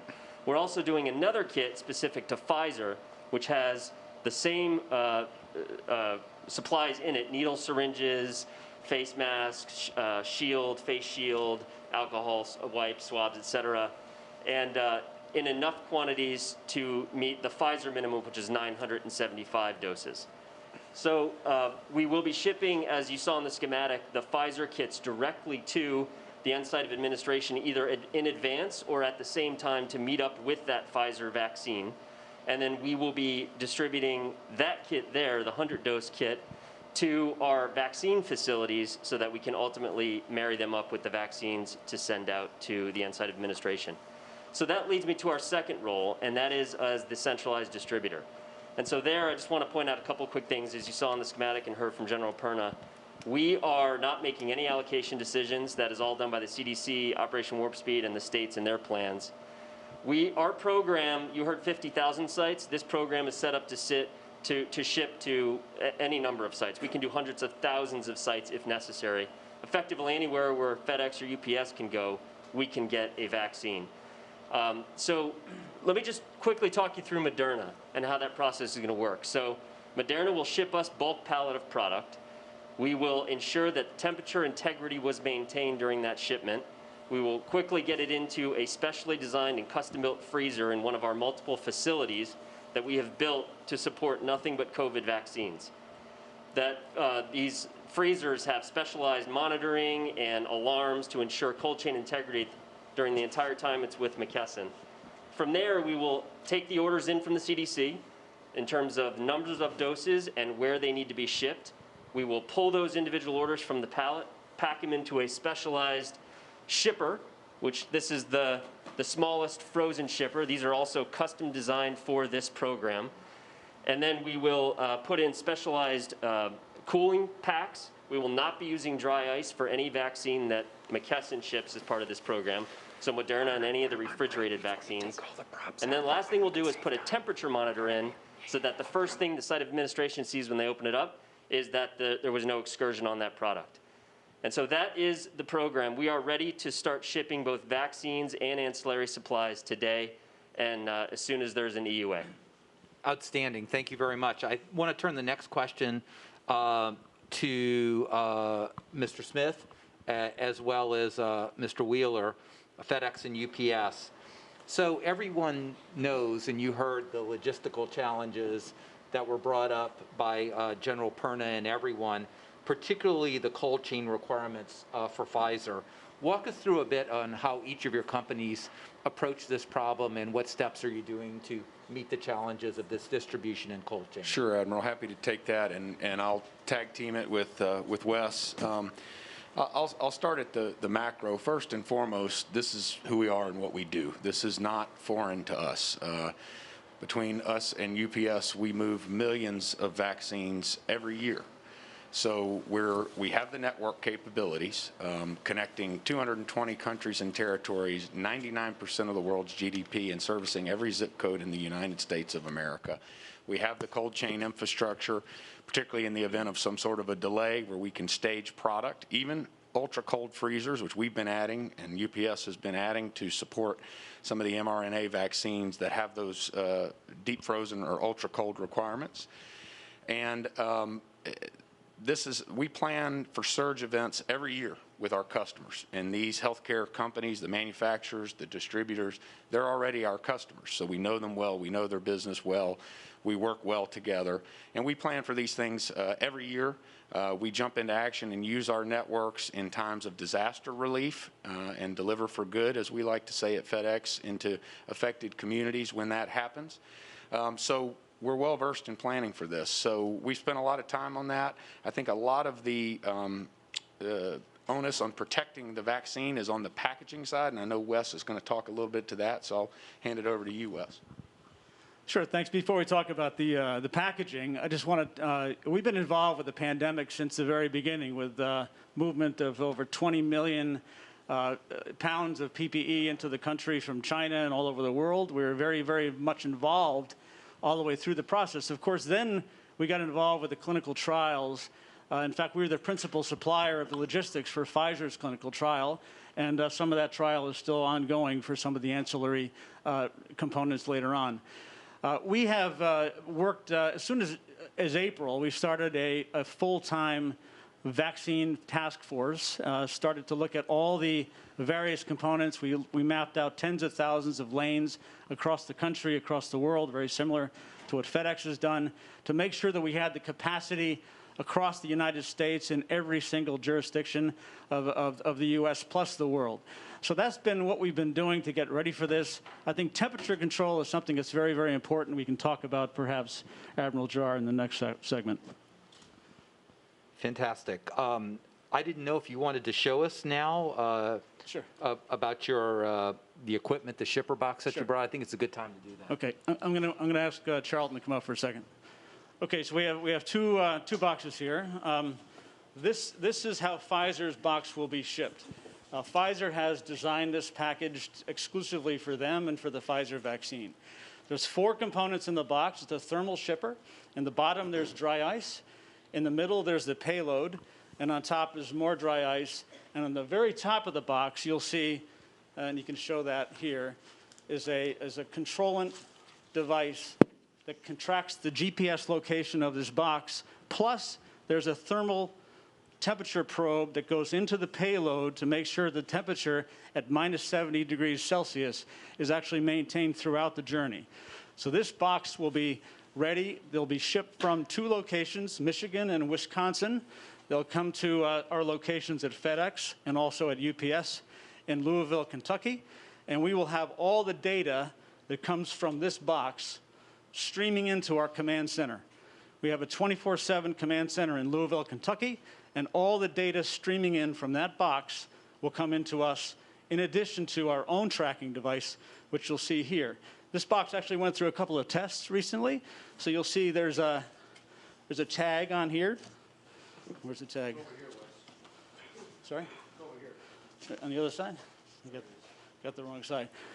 This tag here has multiple radios built into it. Every box will have one of these tags attached. And this tag is actually communicating to our command center every time it hits a UPS location. So we'll have that data, we'll have the Pfizer data, and on top of that, we have a Sentry device, which I'll ask Charlton to pull out. Is this thing right here? This will also be attached to every trailer load that comes out of the Pfizer location and the Moderna location and the McKesson location to give real-time GPS data as well as temperature and shock and light exposure. So we have 3 ways of tracking the data every time a shipment moves. Now, on top of that, one more. Once this arrives at each dosing center around the country, UPS will be shipping dry ice to replenish the box. So this will start to sublimate after a few days, which means evaporate, and we will be shipping in this box dry ice, about 42 pounds of dry ice the day after. This has been something that General Perna has asked for, something we've designed, and we're prepared to do this from Louisville, Kentucky. And on top, we will be manufacturing 24,000 pounds of dry ice per day. We expect at peak to be shipping about 60 to 70,000 pounds of dry ice per day in total. So that's how it's going to work. Truly impressive. Very impressive. I want to get to Richard in just a second because I want him to talk about his tracking mechanisms. And also what people ask me, this is the busiest shipping time of the year, it's Christmas. How are you going to deal with saving the world with a pandemic and delivering at Christmas at the same time? But I want to get to Mark Casper now from Thermo Fisher. As the testing guy, Thermo has been involved a lot, making the machines that do PCR, making the full service test in the tens of millions of tubes of viral transport media. So we're on each other's speed dial. But you're here in a different role because you have a big company and you make a lot of the hardware to keep stuff really cold. So why don't you talk to us about your ultra-low temperature solutions and some of the devices that you brought here. Sure. So Admiral, thank you for hosting the panel and for all that you've done in the response to the pandemic. And I'd also like to thank President Trump, the Vice President Pence, and the entire administration for being in a position that we can be talking about vaccine distribution in so few months. It's pretty amazing opportunity to do so. So Thermo Fisher Scientific has been very involved in the pandemic response, as you said. In fact, our microscopes were used to actually identify the spike protein, and that spike protein is what the vaccine then ultimately was able to target, all the way through the testing with PCR, and in many aspects of the vaccine and therapy, in terms of using our factories to produce the product, as well as our raw materials in the product. But today, when you think about vaccine distribution, it's really about ultra-cold storage. And we, in the 1950s, actually started in the process of supplying laboratories with ultra-low temperature freezers, minus 80, minus 86 degrees temperature freezers, so you can store these vaccines and other biological samples. And our team around the world is ready. In fact, we have made significant investments in our facilities in Asheville, North Carolina, Marietta, Ohio, adding American jobs and millions of dollars of investment to be ready for this day. In fact, when we heard about Operation Warp Speed, we started the hiring because we knew that we needed to be ready. So when the vaccine was ready, Thermo Fisher was ready. And in this vaccine storage unit, this ultra-low temperature unit made in North Carolina, effectively, you can store about 5,000 doses. In the typical ones, you could store up to about 300,000 doses. And I will keep it safe and just open up so you can get a sense of at least the scale of it, which is here. And inside, you can store those 5,000 doses. So we're ready. And as the requirements are needed, we'll be there to support the efforts of the government.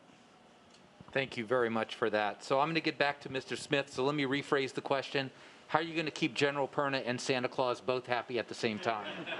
Sure. Well, you may have noticed when you see our trucks running around your neighborhoods, some of them say FedEx Ground, some of them say FedEx Express.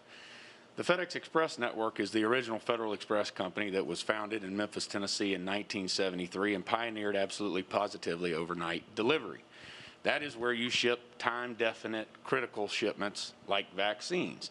Our ground system is where the bulk of your Christmas presents and most of the online commerce surge that we've seen, that's who's out there delivering that. So running discrete networks gives us the focus and the ability to make these vaccines a top priority for us. Secondly, you touched on our tracking and monitoring solution. This is our patented SenseAware ID, the latest and greatest in positive control. It gives us real-time visibility to every shipment we pick up. So our couriers will affix these tags to every box. Our priority alert agents will be sitting in a 24/7, 365 command center monitoring them based on both the traditional scan data and the real-time SenseAware ID node data. But even more importantly than that is what we call FedEx Surround. It is a new platform that we've launched in collaboration with Microsoft, which we announced earlier this year. It uses all of that data that we generate every day to give us predictive analytics so that if that package is in danger of failing, they can jump into action and intercede before a failure occurs. That is a very profound leap forward, an evolutionary leap, if you will, in track and trace technology, and I think it is the future. We're very proud of it, and we're debuting it and using it in conjunction with this vaccine distribution. So I think we have time for a couple more questions. I'll just ask generally, we know this is your business, all of you, this is what you do, but did you have to do any special training for your employees, your pilots, anyone in the system to get ready for this mission? Maybe we can start with McKesson first. Yeah, sure. You know, as you mentioned, this is something that we're quite familiar with, very extensive experience in vaccines, although this is a unique environment. So I'd say a couple things. One, the Moderna vaccine, given its need to be stored and distributed at -15 and -25 range, we had to specially get equipment and specially train our employees to work and operate in that environment, because we are actually taking the doses from that bulk pallet and putting it into the packages within the freezer. So you can imagine you can only do that for a certain period of time, maybe 15, 20 minutes, you have to rotate out. But you know, other than that, the rest of the program is really, as we do, we're just doing it at a bigger scale. Fantastic. Anyone else? You know, I mean, I'll add to that. Of course, we have 3,000 pilots in the U.S. We land 400 to 500 flights per day and take off every night from Louisville, Kentucky. We ship 60 million flu vaccines a year. We're very good at this. We know how to handle biologic drugs. This happens to be a pretty specialized biologic drug because it's kept at very, very, very low temperatures. So the one thing we've had to do is make sure that we have enough dry ice capacity on the aircraft and that we know exactly how to handle the special tracking devices that I explained earlier on that box. Yeah, similar to Wes, we worked with the FAA over the years to safely raise the threshold in terms of how much dry ice we can carry on our aircraft. We've installed CO2 monitors, and the crews are well versed and trained for all sorts of eventualities. We have DG specialists in our operations who are trained in handling dry ice and dangerous goods packages. So this is not new to us. Just like our esteemed competitor over here, we handle millions of vaccine shipments and biologics and other things that have tight temperature control requirements every year. Mark, anything from your side? You know, we, because of the ramp up of hiring, over 5,000 new employees this year in the response. The training efforts have been monumental, and we have a phenomenal team, and I couldn't be more grateful because it's their work that's actually put me on the stage, right? I mean, it's all of their hard efforts that has given us the opportunity to play a role in this response. Fantastic. Art, did you have something else to add? I'm just going to mention, in terms of scale, remember, this is a peak period for us, for both FedEx and UPS. We shipped 34 million packages yesterday. So we're estimating that the number of shipments required for vaccine, a very small amount. This is a small fraction of what we do every day. On the next panel, and we know this is, the goal is to get needles in people's arms, get them safe, save lives. We're going to be working with retailers like Walgreens and CVS. And I think it would be interesting to the audience to understand what kind of interactions, if any, you have with them on a daily basis, what you've had to build. And I bet Thermo's supplying something to them as well. So maybe we'll start with Thermo and then go around. Mark? Yeah, we prepared our cold storage products to be ready to support the distribution networks and the retailers. So we've had close contact with them, and we'll supply whatever they need. Yeah, they're our customers. We know them well. We partner with them for on-site pickup, and they actually act as retail access points for our networks where you can pick up and deliver your packages at Walgreens or CVS. So we know their business well. We're going there every single day. Yeah, I think we have 10,000 CVS stores in our database, and we'll be delivering starting General Perna. Hopefully in the next couple of days, we're prepared, we're ready, and we're excited about that. And on behalf of the 500,000 UPSers in our company, we're extremely proud to be part of this operation, and we really thank you very much. And just to end, CVS is our largest customer, actually, and we also work with Walgreens. We deliver pharmaceutical products and supplies to those companies every day. So we have an extensive relationship with them. I can tell you this discussion, I had great confidence, but it also reinforces that this is what you do, right? It's like me as a pediatrician looking in a child's ears. This is what I do every single day. This is what you do. And the scale is larger and the complexity is higher, but I have great confidence, as the American people should. Let me just ask the last question. A couple of you said you might want to take this, and if you don't, that's fine. Any myths you want to bust? Oh, man.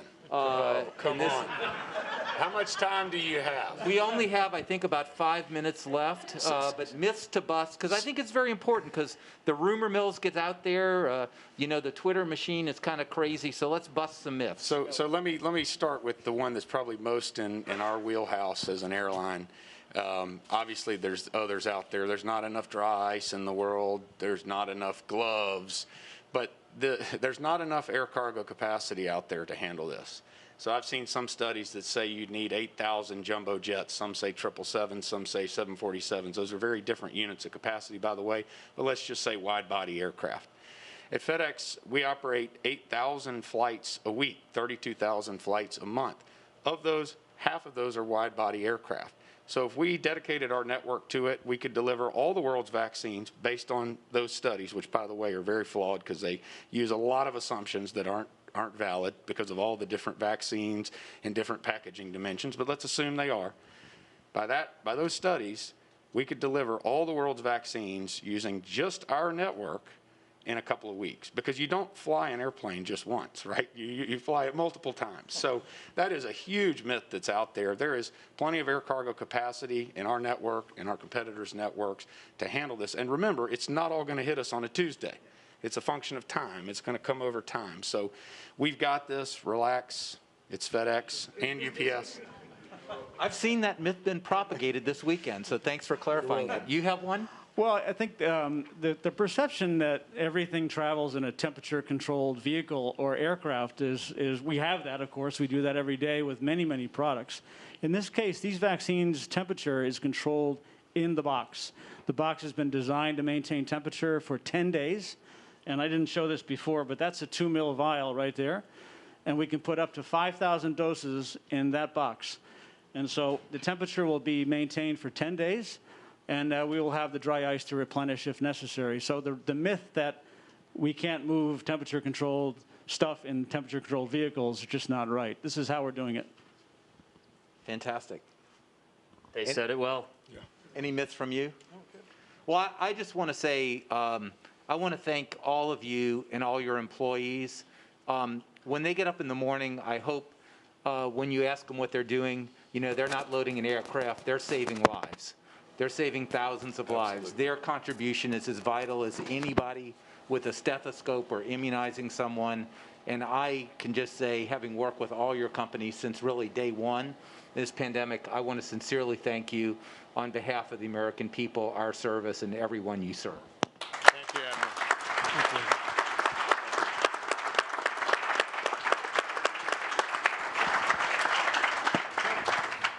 And I think we're going to have back to Mr. Mango. Okay, thank you, Admiral Gerard. Thank you, gentlemen. I think the point about we're building on a foundation.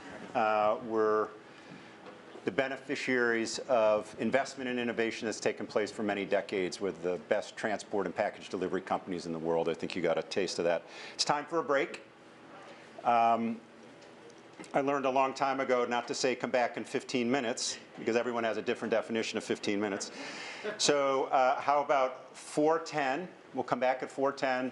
There are restrooms on both sides for men and for ladies.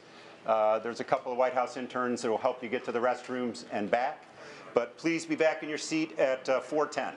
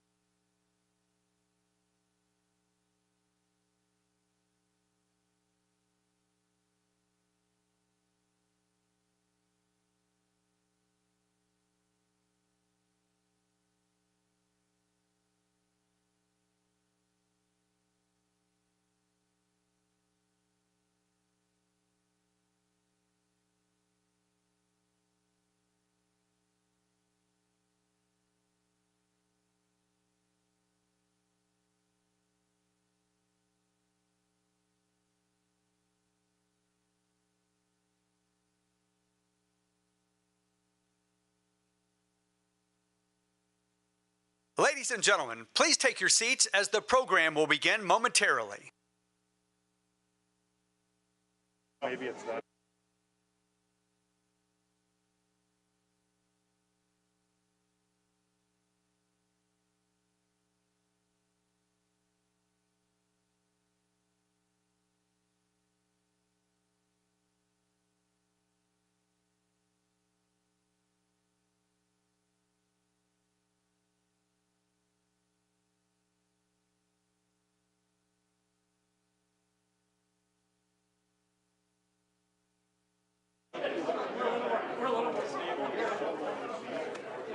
Okay, please take your seats. We're going to get started. Please take your seats.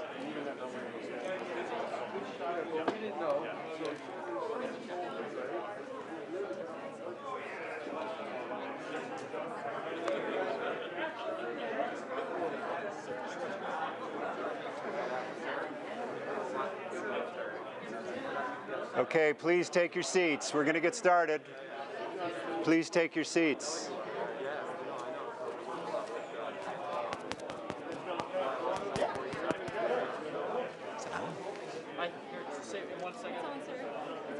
Ladies and gentlemen, please take your seats as the program will begin momentarily.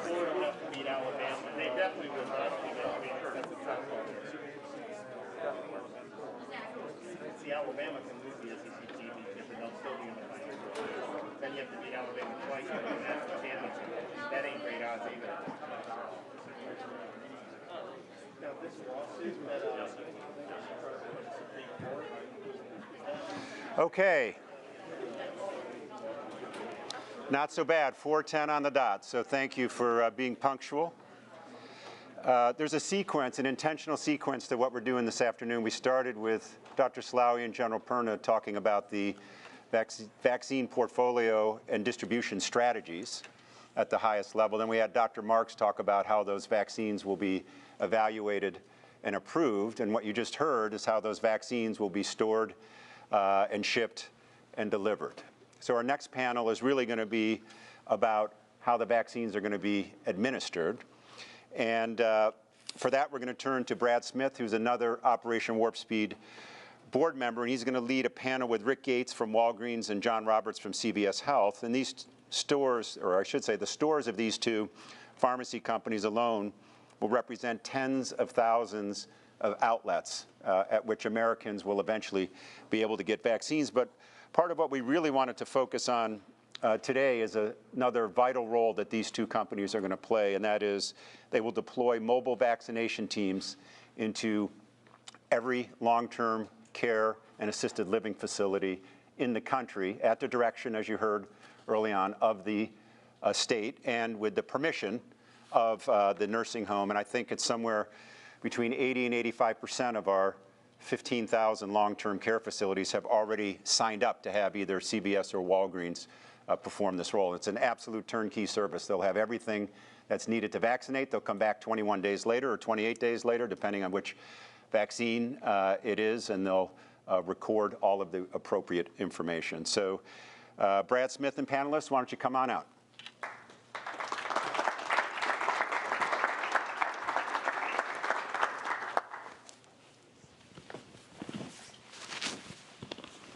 Well, thank you both for, you guys hear me okay?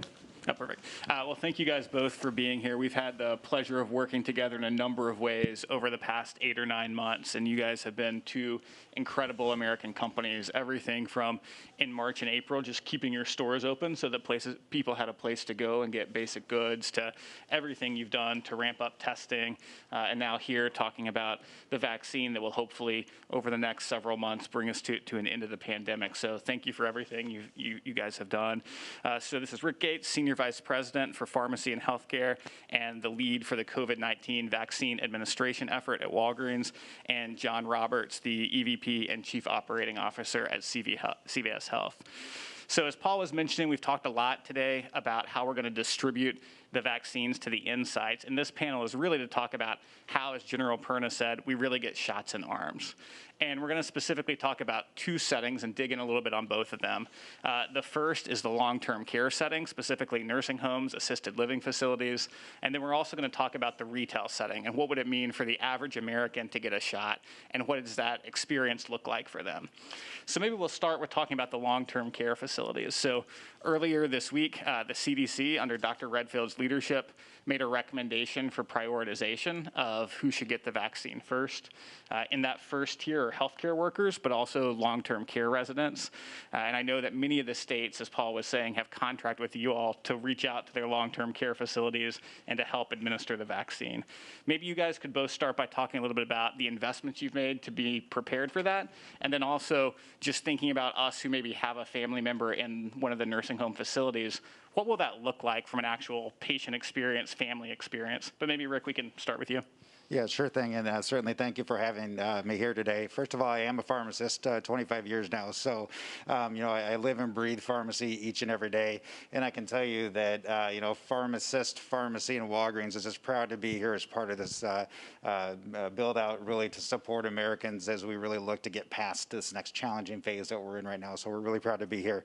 Secondly, I was a pharmacist in stores for over 8 years, and I can tell you pharmacy is embedded in the communities that we serve. So not only do we work in the communities, we actually serve in the communities and live in the communities as well. So it's really important that that's part of the nature that pharmacy really plays in that place as well. And immunizations are core to what we do. And so I think, General Perna, as you were saying, it's expertise that's there. I just want to assure everybody that immunizations and vaccinations are something that pharmacies have been doing for well over 10 years. You think back to H1N1 and where we really leaned forward as a profession to really start to serve that as well. And I had the pleasure of serving on the planning committee for H1N1 within Walgreens as well. So I think there's a lot of expertise here to really help, I think, ensure that we get shots in arms, I think, is what we're trying to get as well. And I think the other challenge you have is reaching the vulnerable and the underserved. So I think a lot of work has to be done, and I think we have a lot of work to do to make sure that we get to areas that are more rural, underserved, and vulnerable. And I think you can see that industry has really started to do that, even with testing that you mentioned before. 70% of our sites are in underserved areas. So I think just from a framework perspective, I think pharmacy is well placed to really step forward and really help in this process. So to your question, I think that if you look at when we get vaccinations from the states, and I think that's the first part of it, we are committed within a couple of days of getting into the first long-term care facilities and ensuring that we're starting to vaccinate Americans at that point in time. And it's really critical that we have speed of pace to really start the vaccine process, and it still will take upwards of 2 to 3 months to get full vaccinations across, and I'll talk a little bit about how we're setting up the different clinics as well within long-term care facilities. Up to this point, we're well over 30,000 long-term care facilities have chosen Walgreens at this point in time. And whether they're 1 block away from us or they're 50 miles away from us, we will absolutely hit every single long-term care facility that has chosen us, because I think it's imperative that we are supporting Americans that are asking to be vaccinated as well. And just from an expertise perspective, I also want to just give assurances that off-site clinics are core to what we do. Every year we do off-site clinics for flu and pneumonia and others, and over the last 5 years alone, Walgreens has done about 150,000 off-site clinics to really support the communities that we're in. So when you talk about the expertise and the comfort, if you will, this is really core to what we do. I have a couple of things here, and it really goes back to the importance of working in this great ecosystem. I think that Operation Warp Speed is kind of set up, but working with CDC, HHS, the states, even the pharma companies to really start to build out an end-to-end solution that's going to be comfortable for patients, and obviously something that we can ensure that our practitioners and pharmacists can support in a very efficient and effective way as well. So I'm not quite as cool as all the last ones I had up there, but I do have a couple things here. We have worked hard to build out an end-to-end process really for the consumer, which is going to be critical for how they look at really working with us. So from signing up for vaccine to administration to follow-up communication, as well as how we're going to set up follow-up the second dose, right, the booster dose, if you will. We have to ensure that Americans get both doses, and I think that sits not only on the states, the health departments, but obviously on pharmacy as well, to ensure consumers know when to schedule it, as well as that we're going to follow up and ensure they actually get it as well and get the proper information out there. So a lot of work has been done and investment here to ensure that it's a seamless experience for consumers as well, both in long-term care facilities as well as for the broader general public as well. But equally as important, you talked about distribution a little bit earlier. We have worked as well. I didn't bring mine with me today, but we have been working on hub locations for ultra cold storage. So this is most specifically for the Pfizer vaccine. It will require us to have about 800 to 1,000 hub locations that we will actually put the Pfizer vaccine to ensure safety of storage, and then ultimately transport out into our locations as well. So we are deploying this as well as dry ice as a core part of what we're doing. And then kind of the last mile here, it's not as cool, but it is something that once the doses are thawed, we have a safe and efficient way to get the last mile out to long-term care facilities, ensure that there's safety for our team members, safety for obviously the public, and we have appropriate storage for the vaccines as well. So a lot of work being done on the logistics of how we're going to get it there as well. Important that we kind of shared that with you. When it comes to long-term care facilities, though, we are actually working in coordination with them as well as the state. And what that looks like are a couple of things. Long-term care facilities are being scheduled for 2 to 3 clinics right now. So we want to make sure that we have them booked, we have the timing set, we know what vaccine is going to be there, and we know when the secondary shots are going to be received, so we can assure that there's going to be the completion of that series as well. It's critical for the vaccine effectiveness that we're going to do that as well. Second thing is we've got to work with long-term care facilities for appropriate space. It's got to be clean and organized, enough space for social distancing. It's got to be safe and clean, obviously, the way that we need to, but we have to ensure safety for the team members, for obviously the general public, as well as the employees of the long-term care facilities as well. So a lot of work is being set up to really support the collaboration, if you will, with those long-term care facilities. I think just to sum it up, I'd say that, COVID vaccine itself does present some challenges different than what we've seen before, but it's really not something we can't do. So we have dealt with frozen vaccines before. We have dealt, obviously, with off-site vaccines before. All these things, we just have to actually say how we're going to support the nuances to it. So it's the cold storage. It's going to be, obviously, excessive off-sites, all stuff that we can do and will do. And I'll just leave you with this from a pharmacy perspective. And I'll still, I think, the line that General Perna said, this is what we do. Pharmacy does this each and every day. We do over 15 to 20 million flu vaccines every day, or every year, I should say, and you don't have fanfare about that, right? So just trust that we have the infrastructure, and we are here, and we will support this process going forward. So. Thanks. And John, I know you said you've had tens of thousands of long-term care facilities reach out to you as well. Can you talk a little about your guys' preparation? Yeah, sure. And I'll try not to be repetitive to what Rick said, but yeah, let me just start by saying how happy we are to be working with all the partners that you're seeing at the summit today to put an end to this pandemic. It's really important that we get this country back to some sense of normalcy. And I also just want to recognize the 240,000 CVS Health employees that are very, very proud to be part of this effort. Maybe just start by saying CVS has a lot of experience in the long-term care space. So we're actually the largest pharmacy services provider to long-term care through our Omnicare pharmacy. This year alone, we've conducted 8,000 flu clinics at long-term care facilities, and we're actually supporting 1,400 long-term care facilities with regular COVID testing. So we've got a lot of experience, highly confident. We know this space very well. And you heard 15,000 long-term care facilities. That's really nursing homes. So the sickest of the sick of our seniors, the ones that need the most support. But there's a bunch of other senior facilities like assisted living facilities, group homes. And so the CDC did a great job of surveying all these facilities, and we had 44,000 facilities that selected CVS to give the vaccine, and that'll be based on the state's priorities. And we'll be putting 9,000 pharmacists, technicians, and nurses on the road that will actually go to the facilities to administer the vaccines. And we're ready to get going. So as soon as the vaccines hit General Perna, we're ready to get going. And depending upon which vaccine gets administered, we'll be able to complete that cycle of 2 doses in 6 to 8 weeks. Pfizer is 3 weeks between dose 1 and 2, and Moderna is 4 weeks. So depending upon which vaccine, that'll determine the timeline. And we're going to be leveraging our existing technology platform. So we do this today to coordinate, track, and report to both states and the federal government about all the vaccine activity that takes place. And then we have the capability to safely transport the vaccines from where we receive them, and you heard that on the last panel, to these facilities, maintain them at the proper temperature control per the manufacturer's requirements. So CVS is ready, and we're ready to take care of this most vulnerable part of our population.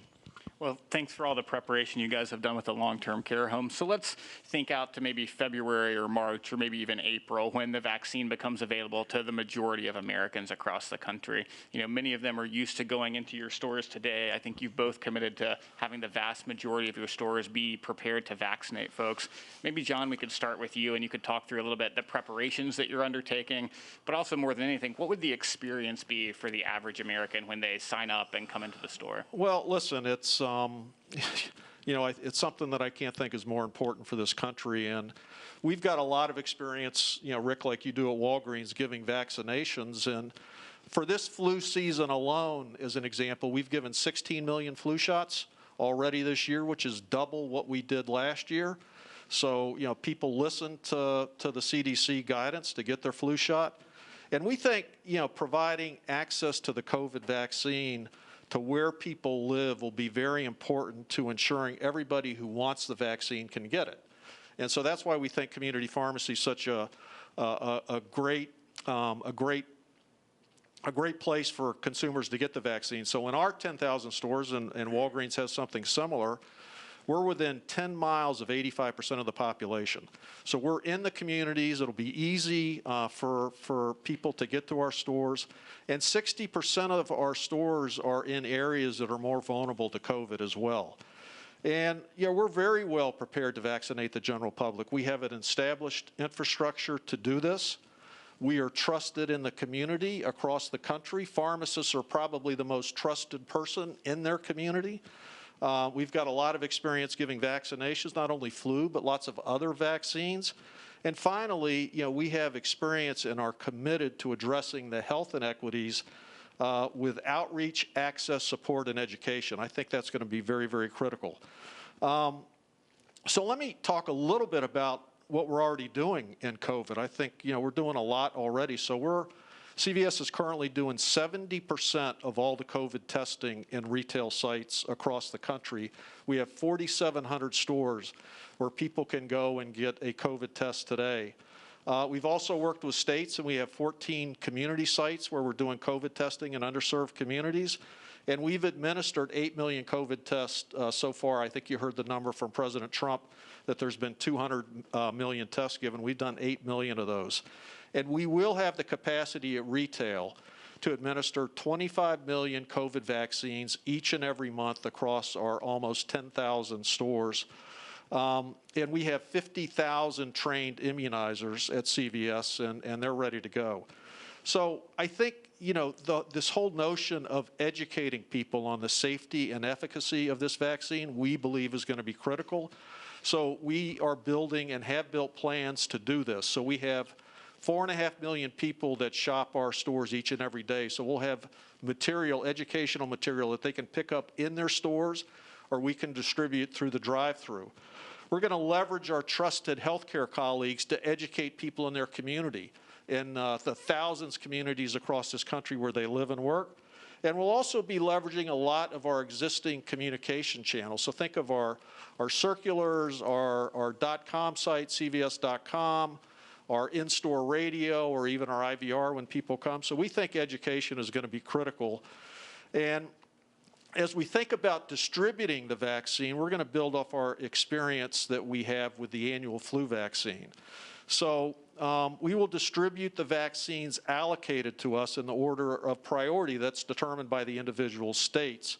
And we know the states are going to be using the CDC guidelines as their guide as they decide on their priorities. We have the ability to distribute both Pfizer and Moderna at retail. So think of Pfizer as being the ultra-frozen and Moderna as being frozen. And so let me maybe just start with Moderna. So all of our stores have freezers. Moderna just needs to be stored at the regular freezer temperature. Those freezers all have temperature monitors that we can monitor to make sure that the vaccines are kept at the appropriate temperature. And so stores will be allocated vaccines based on appointments that are made, and those vaccines will be shipped directly to the stores and put into the freezers. For Pfizer, we have to do something a little bit different. So we've identified 1,100 depot stores across the country. They'll receive the Pfizer shipper that you saw earlier. You can actually keep that vaccine in that shipper for up to 15 days by replenishing the dry ice. And then it can be kept at regular refrigerated temperature for another 5 days. So think of it as these 1,100 depots will get the Pfizer vaccine, and then they'll deliver it to 9 other local stores in a way that ensures that it's correct at the right temperature and supports the vaccinations that they have scheduled. We've also created a robust consumer experience. So, Brad, I'm finally getting to your question, to ensure it's easy to schedule a vaccination. So it's going to be very easy. A consumer will go onto our website. They'll pick a store that's convenient to them. They'll pick a date that works in their schedule, and then they'll pick a time. And so these vaccinations will be done by appointment. Now, when they make that first appointment, they're also going to make their second appointment, because getting the second dose we feel is critical, and it needs to be done within a certain time frame from when they get that first dose. So think of it as what you would do when you buy a round-trip airplane ticket. So once that appointment is made, reminders will be sent to the customer ahead of their scheduled appointments, both the first and the second. It'll either be emails or texts. In the case where somebody misses their appointment, we'll actually make a live call to them to try to get them back in to get that second dose. Patients will arrive at their CVS, and it'll be a similar experience to going into your pharmacy to get a flu shot. They'll come in at their scheduled time. They'll meet with the pharmacist or technician. They'll get their flu shot. They'll get a record card with the vaccination that they got. We'll also email them that record as well. Now, we also think that there may be patients that want to only get their second dose at CVS. So maybe they've gotten their first dose somewhere else, and for some reason they can't get back to wherever they received that first dose. So what do? We'll actually have them go to the website. We'll ask them which vaccine they received on their first dose. And only those stores that have that same vaccine will show up as options for them to choose. Now, we also know that there may be customers that don't remember what their first dose was. And so what we'll do in that case is we'll either call the provider that gave them that first dose, or we'll also have the ability to query state records and find out what that vaccine is. So, and then the last thing I would say is there's no cost to the consumer. So everyone that wants a vaccine should be able to get it, and we're ready to go with CVS. So we think we've made a very easy, seamless experience. There's not going to be lines because everyone will be by appointment. There's a lot of follow-up to ensure they get the second dose, up to and including a phone call if they miss that appointment. And we'll be able to do 25 million vaccines a month. So we're pretty excited about being part of the solution here, Brad. That's really helpful, and I think it's great to hear about the creativity you guys have had around the Pfizer vaccine. I know one of our concerns was, will you be able to deploy the Pfizer vaccine in a retail setting? And I think when you see the innovation around the box and the storage combined with the innovation you're having around one store serving and supporting 9 others, that's really helpful to see. Great. Rick, what about on your side? Yeah, again, I don't want to repeat a lot of what you did, but I think what John really emphasizes is the fact that pharmacy is really well placed, I think, to help with vaccinating America in the general population. So I think it's really exciting when you hear about, I think, all of the different things that, whether it's CVS or Walgreens or broadly across pharmacy, is going to be doing to really ensure that great experience, a comfort level for consumers, as well as an understanding of the safety profiles. I do want to emphasize the fact that making sure that Americans understand the safety profile and why it's important to get the vaccine is going to be a key part of what pharmacy must do when it comes to the general population. So there's a lot of education we should be doing, a lot of materials working with the CDC, with the manufacturers and others that we need to get out there and educate America. So I think that's a really important part of what we're doing as we build out the infrastructures that we can to really support, the throughput that may be necessary for all of America. The only other thing I'd really emphasize here is that if you look at it, we've got to continue to improve the experience and make sure people feel comfortable with it, because even with the great numbers that we've had with the flu vaccine over the last couple of years, even between the companies like ours, there's a ton of Americans that aren't getting vaccines that should be getting vaccines.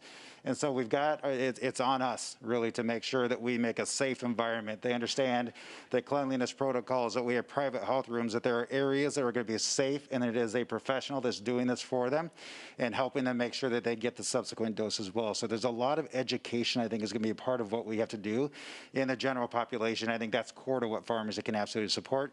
And then all the ancillaries, making it easy, making it digital, all those pieces I think will just make it easier and simpler for consumers, that they will actually want to navigate the pharmacy to really help solve that and or help get into a primary care provider, whoever it's going to be, to ensure they get vaccinated as well. That's really helpful. I know, John, you already hit on this a little bit, and Rick, you mentioned it too, but I just think it's so important. Talk a little bit more about, these are the first two vaccines are two-dose vaccines, and obviously it's really important that folks who get the first dose get the second dose from the same company. I know, John, you already spoke to this a little bit, but Rick, maybe add a little bit more color around that. Yeah, getting the second dose is obviously it's not going to work. You won't have the effectiveness. You won't have the immunity that's necessary based off of just getting one dose. So getting the second dose is absolutely critical. So if you think about it, dose series completions are not new things that pharmacy have not done before, right? We have shingles vaccinations that require a subsequent dose. We have some pneumonia-based vaccinations where you have to get them yearly with a different type of dose. We have already processes in place to ensure that we get the second dose. And so I think that it goes back to there's expertise here. This is what we do every day, right? And vaccinations and getting second doses is core to what we do. We just have to continue to make it easier. So there's going to be a lot of work being done to make sure that we're communicating to the consumer the way that they want us to communicate to them. Is it texting? Is it a phone call? Do we want to send them a letter? It doesn't matter. We just need to make sure that they understand when their next dose is. It's automatically scheduled. And then at that point in time, follow-up calls or whatever it's going to take are necessary to get there. We are working in tandem, and I know John said it as well, with state registries and obviously with the federal registry. I know the General Perna talked about. We've got to make sure that the data sharing is there so that we know who's gotten the vaccine, what vaccine they've received, and we can ensure that they get the second dose. And I think all of this is going to work together to help us ensure that we get to that point as well. And Brad, the only thing I would add is, as part of registering on our digital site for the first dose, we'll get their cell phone numbers. I mean, just about everybody has a cell phone. And we find that texting is very effective at getting people, either in to refill their medication. We think it's going to be very effective at getting people for their second dose. And so we're really leveraging our technology communication platform to ensure people, come in and get that second dose. I think the first dose helps, but our clinical people say that, you're not going to be totally protected unless you get that second dose. Well, I just want to conclude by saying, again, thank you guys for everything that you're doing. When the doses arrive, you guys will become the front lines, and you guys are both incredibly well prepared, and the country and all of us are very grateful. So thank you. Thank you. Okay.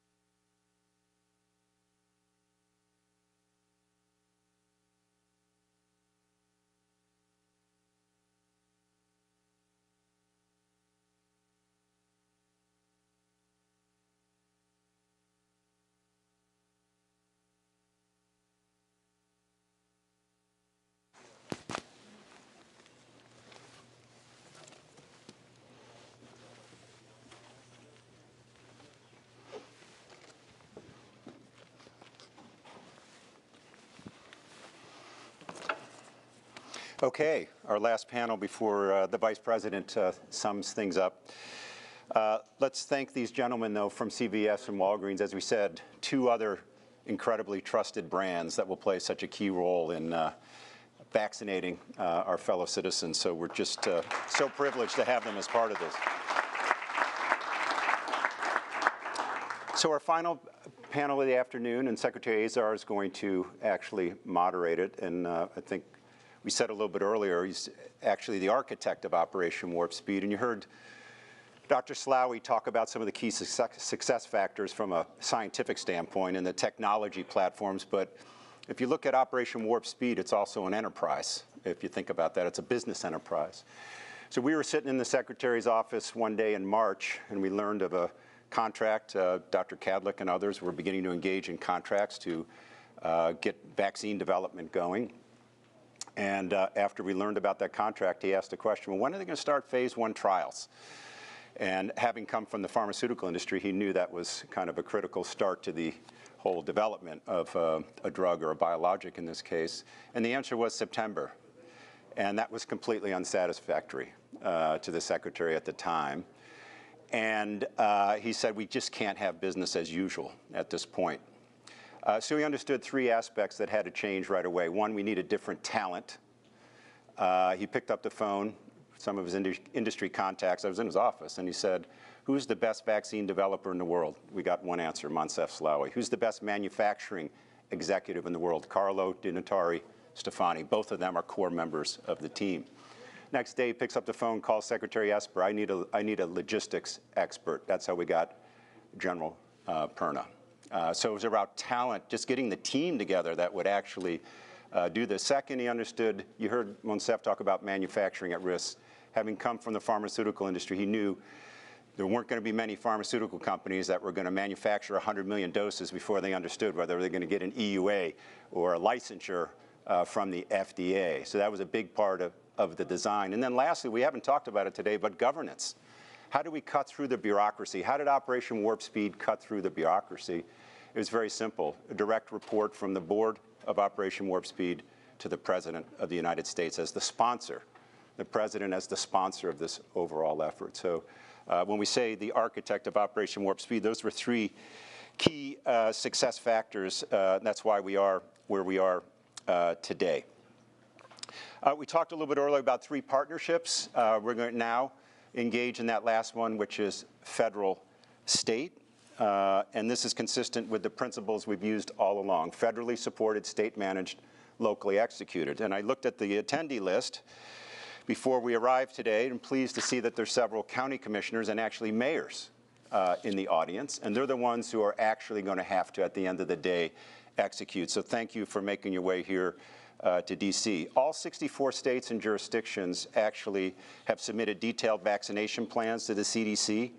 Those plans were evaluated, and amongst the best 4 that were evaluated were those from Louisiana, Texas, Florida, and Tennessee. And we're fortunate to have the governors from those states with us this afternoon. Governor John Bel Edwards from Louisiana, Governor Greg Abbott from Texas, Governor Ron DeSantis from Florida, and Governor Bill Lee from Tennessee. So Secretary Azar and the governors, come on out.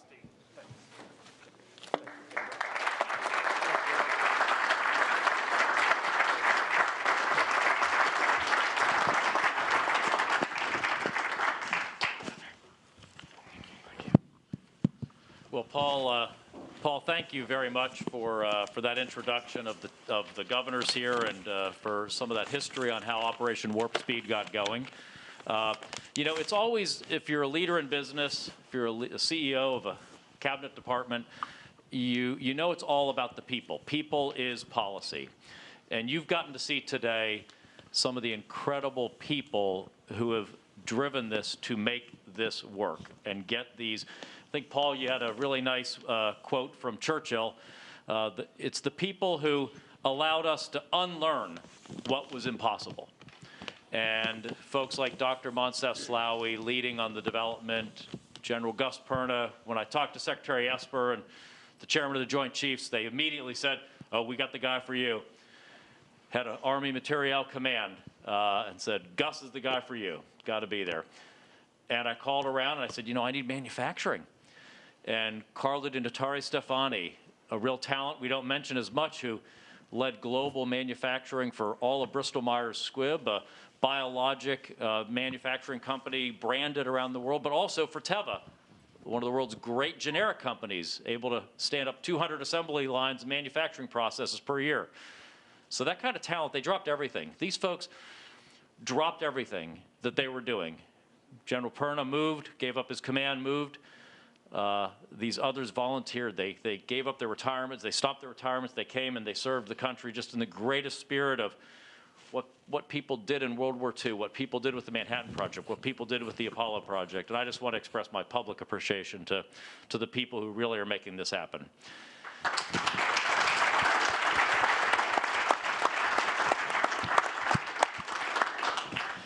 And I want to also express my appreciation to the folks on the stage with me here. You know, under the Vice President's leadership, we have had an intimate and close connection to America's governors. Almost every single week, we have had a often multi-hour video conference with our nation's governors, our territorial governors, and it's really been one of the great collaborations I've ever seen. We are over 40 at this point, I know, of the gatherings that we have already had this year. And the 4 governors on the stage here, I don't think there's been a weekly session that the Vice President hasn't called on each of you to share your learnings, your understanding, and your expertise with your fellow governors. And there's a reason for that. As we talk, as Paul said, about the 3 key partnerships that are part of Operation Warp Speed, one of them is the federal-state partnership. And just on vaccine distribution planning, these 4 governors put together some of the best vaccine distribution plans, the real models for the rest of the country. And that's why we asked Governor Edwards, Governor DeSantis, Governor Abbott, Governor Lee to be here with us. But I just want to say, beyond vaccine planning, just throughout this entire pandemic, they've been incredible partners to work with on a bipartisan basis. It's been really an honor to work with each of you, so thank you for that. I want to kick things off. As I mentioned, there's a reason we asked you, in addition to your general expertise and leadership, but it was that the CDC looked at your plans and said your plans really are exceptional. Let me ask first, Governor Abbott, do you mind sharing with us any insights about the process you used to come up with your plan? And I'll turn to the other governors real quick just to get any insight there. Sure. Well first, thanks to you and thanks to everybody in the Trump administration for this Operation Warp Speed. It really is a feat of medical advancement. But as you know, we've been working collaboratively with you, with your team, and with the White House coronavirus team to get us prepared. So we began preparing for the delivery of these vaccines going all the way back to the spring.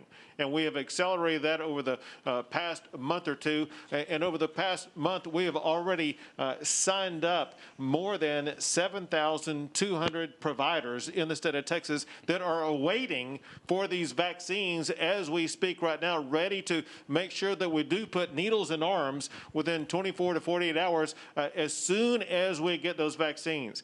The providers that are signed up include hospitals and private healthcare providers, nursing homes, local pharmacies, and these large pharmacy chains.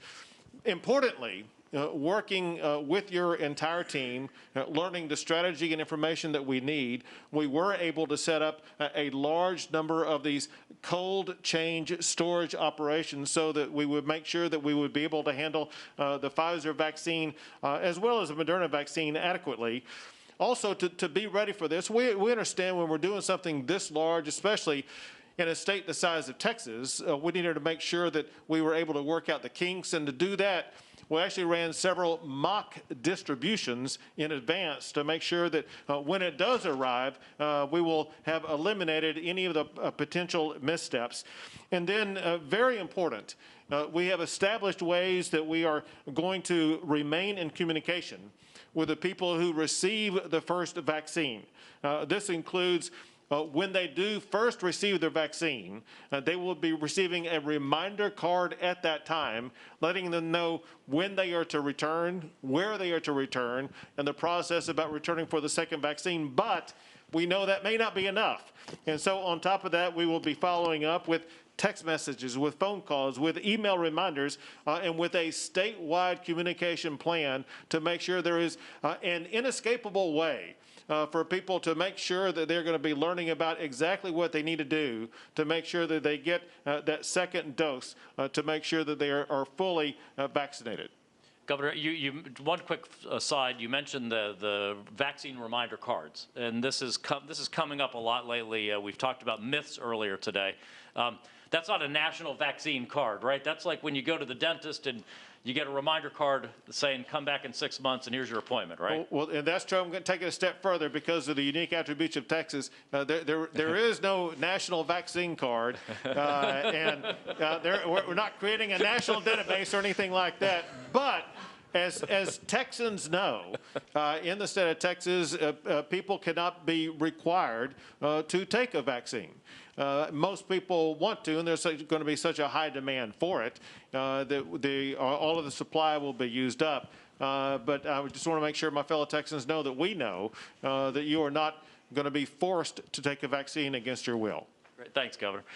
Governor Edwards, you mind telling us a little bit about how Louisiana and you came up with your game plan? Yes, sir. So we got started in the spring as well, and I'll tell you that by June we created a vaccination action collaborative, and we have 73 members, 36 different organizations, public and private, higher education involved, and we created 4 work groups. They've been meeting every week since then. And every one of those work groups has a health equity interest that has been attached to it. The National Guard has been attached to it. And they've been working nonstop because we want to make sure that we have a way to do this that is equitable, but also we want to be organized in the way that we receive and distribute and actually administer these vaccines. And so we've involved LSU. They have the National Center for Biomedical Research and Training. They've run 2 tabletop exercises for us. Each one has been instructive because we realized we had some gaps that we needed to fill. We similarly had some distribution exercises to make sure that the hospitals, for example, would know what to expect, and hopefully in the next number of days they're going to actually be going through that. We've got a memorandum of agreement. The public-private partnerships are done at the state level too. So we have an exceptional pharmaceutical wholesaler in Louisiana's Shreveport area. We have a memorandum of agreement with them, and we've identified in advance all of these issues that we expect to have. And just like we've heard from Walgreens and CVS and UPS and FedEx and McKesson, states, we've been in the business of doing this for a long time too. So it's not anything new. It's just at a scale that we don't typically have to do it at, right? And so we have some really good professionals in the Office of Public Health in Louisiana working across the state with all these different groups. And we want to promote the confidence of the people of Louisiana that this is going to be a safe and effective vaccination that they're going to want to have. And so you've got to have a good plan in order to, I think, foster that confidence. Thank you, Governor. Governor DeSantis? Yeah, sure. Well, first of all, this is, I would always tell my folks, we hope we get a vaccine, but you should definitely not count on it because it's ambitious. It hasn't happened before. So the fact that it is, that's a great testament to Operation Warp Speed and all the work that so many people have done. So we couldn't, as soon as the Pfizer news came out, I flew up and met with you at Warp Speed, and I told my folks, we already been planning for it, but I was like, we got a better sense of the timeline. Let's make sure that we're leading from the front. We really wanted to embrace this. I know other governors have said this may not be good. We view it as a good thing, not forced for anybody, but offered to all. And we basically did our vaccine plan to flow out of our normal mitigation plan in terms of we focused on protecting vulnerable populations, whether it's in nursing homes or the broader senior population. We focused on supporting our healthcare system, and then we focused on making sure kids were in school, people were able to earn a living. And if you look at what we can do with nursing homes, we could have every resident of nursing home and long-term care facility vaccinated in the month of December. I mean, that's within our grasp right now in the United States. In the state of Florida, we have 4,000 facilities. We're working with CVS, Walgreens to be able to do that. It's important for saving lives because they're the most vulnerable, but most of them who get it do survive, and then many obviously have not been infected. but it has such a devastating effect to have mitigations going on in these. And look, we allow visitors, but you have to take all these precautions. You just can't live normally. And it's taking a huge toll on these folks. And so we see loneliness, despair, even with having some visitation. So we need to get them back to normal. And getting them back to normal is going to mean so much to those residents and their families, and I'm thrilled that we're really on the doorstep there. And then in terms of the healthcare system, look, the models that said that we're not going to have beds, tens of millions of hospitalizations, obviously those were very, very wrong. But what we found, particularly over the summer when we had a higher census, was it wasn't that we had plenty of beds, but this is very labor intensive for healthcare staff with the isolation procedures, everything they've got to do. Obviously, they're testing everyone that comes in, so someone breaks their legs, they may be asymptomatic, but you still got to do the procedures. And then an exposure could take out a half a dozen nurses at one time. Well, to be able to get it through, offer it to our healthcare systems, their tip of the spear, high contact workers, to be able to have them, well, they're going to be in a situation where they're going to be able to handle patient load going forward. And so I think in terms of the most at-risk population, we'll be able to target first, and then simultaneously the kind of the high contact, which would have the most impact on our healthcare system. And then we think, based on the numbers, at the end of December, we can start getting it out into the broader senior population, and then January really focus on vaccinating as many elderly people as we can. And so we're really excited about it. We really leaned into it, and then we thank everyone for doing it. This is a really, really significant achievement for our country. Just imagine that every senior in a nursing home in Florida within the next several weeks getting protection. That is something. Wow. Well, Governor Lee, the Vice President, and Dr. Redfield and I came down to visit you and our great partners FedEx just last week. Do you mind telling us a bit about the great process you all used? Yeah, we are proud of FedEx and the role that they're playing. Proud of Vanderbilt as well, the role that they're playing nationally in this process. So Tennessee is, we're excited to be on the forefront here. I want to commend your team too. Many of them that we have been on phone calls. You talked about the multiple phone calls we had. One of the benefits of that is the interaction that we've had with the governor. So many of the things that you're hearing right now, we're all doing in different ways. And part of the reason is because we've been talking about the things we're going to do because of the coordinated effort of the coronavirus task force. It's been a part of the reason why I think the approach from this administration has been so effective. It's allowed us to get best practices. But so Tennessee started several years ago with pandemic immunization preparedness by pulling up something we call Fight Flu TN. And we do once a year a broad immunization day across the state where we vaccinate thousands of people in every one of our 95 counties. And that process gave us a blueprint for how to do what it is that we're going to be doing in the next few weeks.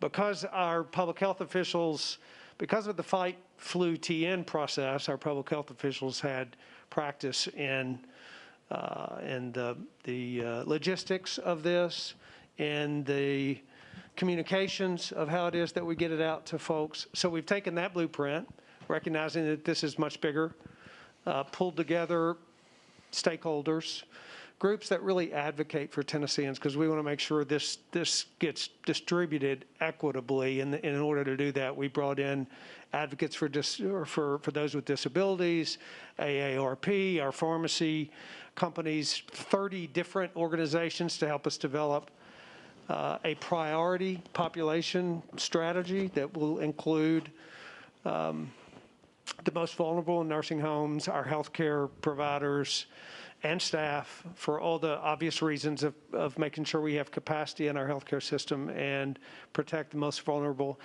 And a lot of that strategy has come through the infrastructure that Tennessee built in the very beginning to address this, with a commitment to testing, free testing for every person in Tennessee, regardless of symptoms from the very beginning. A commitment to partnerships with our healthcare providers, and then a commitment to developing a real strategy for this vaccine implementation. So for a few years, we've been preparing for it. We have escalated that preparation this year. Really, again, federally, you all have done an unimaginable job of bringing this to the states. Now it's our turn to do what needs to be done to get it out to, in our case, the millions of Tennesseans that will have the choice to take this. We want to communicate it in a way that they are fully informed so they can make a choice, and that they understand the safety and the efficacy and the certainty with which we think this has been delivered. Thank you, Governor. So next one, let's do rapid fire around here. I want to ask each of you, because it's a question I get on TV all the time, is on speed. Just how quickly do you think you can get 100,000 people vaccinated in your state? Governor Lee, you want to kick us off? So the director of our health department, Dr. Lisa Piercy's here. She probably could answer that, but I'm going to say, Dr. Piercy, that we can do it in 24 to 48 hours. Yes, sir. Wow. Governor Abbott? Same thing. Listen, we're ready to go. All we need are the tests and the vaccines, and once we get them, they should be done within 24 to 48 hours. Governor DeSantis? Yeah, we hope so. I mean, I would need to ask for sure, but I think the hospitals, it was great because I talked to them, and they were like, look, this is easier than doing the diagnostic test. We do this all the time. We do shots. So I think they're going to be able to get their workforce done very quickly. And what we did was we picked certain number of hospitals that are huge, but we said, look, we want all the other systems. And so they're like, oh, absolutely. So they're all working together. And I think they're going to be able to deliver it, pretty expeditiously, because they know. And the first shot, it has protection from what we're hearing. That's a huge deal, and that's really great. Governor Edwards? Well, assuming that we're on track with the emergency use authorization and so forth, we expect 39,000 doses of Pfizer the first week, about 40,000 the second week. So let me just tell you, within 48 hours of getting that second allocation, we will have administered those vaccinations with shots in the arm with medical personnel, not just doctors, nurses, and therapists, for sure them, but also people who clean the rooms, who deliver the food, anybody who directly or indirectly can be exposed to the virus and contract the disease in those hospital settings, including our EMS workers, by the way. So we're going to get it done within 48 hours. And that last point Governor Edwards mentioned, I wanted to stress that a lot of times we use a term because we're in a healthcare world, we use a shorthand of healthcare providers. What we really mean are healthcare workers. And so as important as doctors and nurses, it's the janitors, it's the orderlies, it's the aides, everybody who are providing that kind of help that make the system in the hospital, the nursing home, what have you work, and are just as important, if not more often, than everybody else to make sure they get protection also. Yes, sir, exactly. Yeah. Along those lines, I wanted to raise the question of, we have, of course, advice out of the CDC and the Advisory Committee on Immunization Practices, but you all as governors have the freedom to decide how you'd like to prioritize. One of the key areas that I think we all worry about are the individuals who are underserved in our healthcare system, who may not have a lot of connection to it, may not have the frequency of interaction of others. As you've been thinking about your vaccine distribution plans, maybe Governor Edwards, if you might kick us off here, how are you thinking about reaching the more underserved in our community who, in many instances, have borne a very disproportionate burden of severe consequence from this pandemic? Yeah, well, first of all, that's a great question. And we realized in April, by the way, that although African Americans are about 32% of our state's population, at that time 70% of COVID deaths were among African Americans. So I created a health equity task force that then folded on top of the vaccination action collaborative that I talked about. But we have a head start on these things because, like Governor Lee was talking about, every year we do mass vaccination exercises around the flu vaccine. And we specifically target those underserved areas to try to promote flu vaccinations. This year, we've been especially successful, 42% more than last year. And of course, part of that has to do with our outreach around COVID too. We don't want flu patients any more than we want COVID patients in the hospital right now. And so that has been successful. So we've been learning lessons about how to get into these communities. But in addition to that, as part of our overall program, we have contracted with strike teams to go into specific zip codes, just like we targeted certain areas that we knew needed to be tested. We're targeting certain areas that we know we're going to have to go in there with strike teams to administer these vaccinations.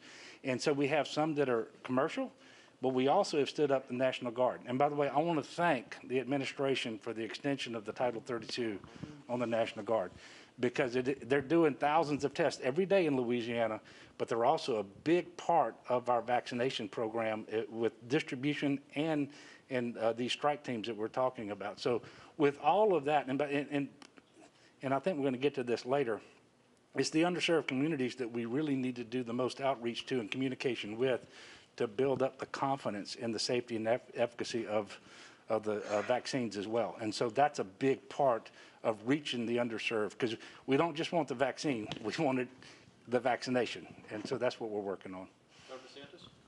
Yeah, I think communication is important, and I know a lot of our hospitals are already planning on doing a lot of very robust outreach, but this was the first vaccine that's really been politicized, unfortunately. I mean, you guys remember the campaign, and that's going to be something that people are going to have to deal with, and we obviously want to deal with it. I think the fact that we're not threatening to mandate it helps, because we say, look, we think it's important, but obviously you make the decision. But and then I also think just some of the bad messaging that's come out over the course of this, quite frankly, is problematic. I mean, when people are doing some of these shutdowns that are totally unscientific about this type of activity, or being on a playground, or schools can't be open, then I think people look at that. So I hope we can kind of get on the same page here, take the politics out of it, be very consistent, be evidence-based on it, and I think people will respond positively.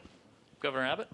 Sure. So part of the job is to first identify the location of the underserved communities. And in a state as large and diverse as the state of Texas, that's a daunting task, because some of the underserved community would be in our large urban areas. Some of it would be in the sparsely populated rural areas. Some of our rural areas, out of our 254 counties, there are some that don't have access to any medical health care whatsoever.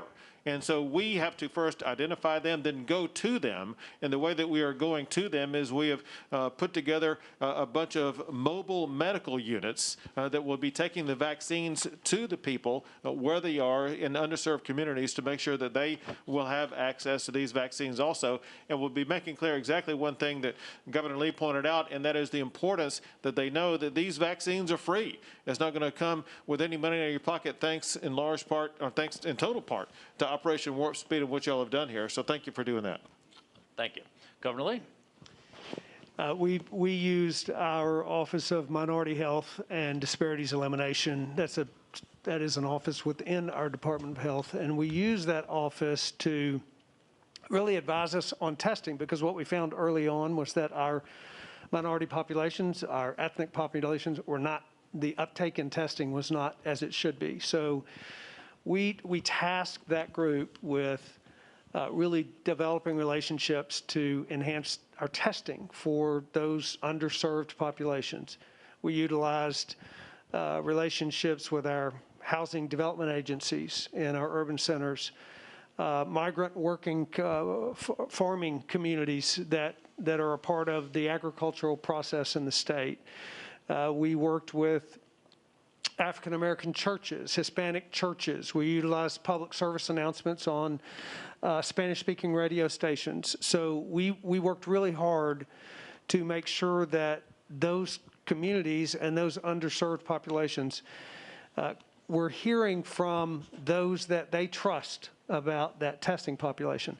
That is the same group, now that we have developed those relationships, and we've been very grateful for, in particular, for example, the way the African American leadership has embraced Operation Warp Speed and has communicated that. Meharry Medical College, it's a nationally recognized HBCU that has worked with us to communicate with the African American community to talk about the safety of this vaccine, the importance of this population, and the uptake of the vaccine. So really it has been a continued effort from the first understanding that the barriers and the access to healthcare were eliminating or limiting the amount of testing.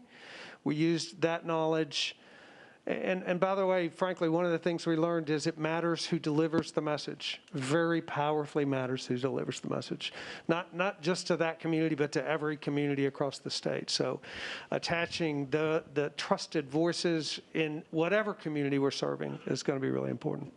Great. Thank you very much. And, Governor DeSantis, I know we're going to have to wrap soon because the Vice President's going to be arriving, but do you mind giving us the last word on how you're thinking about prioritization, how you're thinking about which groups you try to stack as we roll vaccines out? Yeah, so I mean, obviously, we're prioritizing long-term care residents and staff, and then tip of the spear healthcare workers. As we get past that, which we think we can do with the first a couple weeks of doses that were allocated, get into the broader senior population. We have obviously a lot in that regard in Florida, so that would really take us in through the end of January. And then we're hoping the J&J comes online with the 1 dose. They're producing it at such a scale. Then we get that out so teachers can get it, law enforcement can get it, and really, I mean, hopefully we'd have enough for whoever wants to do it. So that's our hope, but the Moderna and the Pfizer, we think based on our allocations, we're going to be focusing that on high-risk populations and the frontline healthcare workers. Well, I hope you've seen from this panel just how deeply engaged our nation's governors are in this process.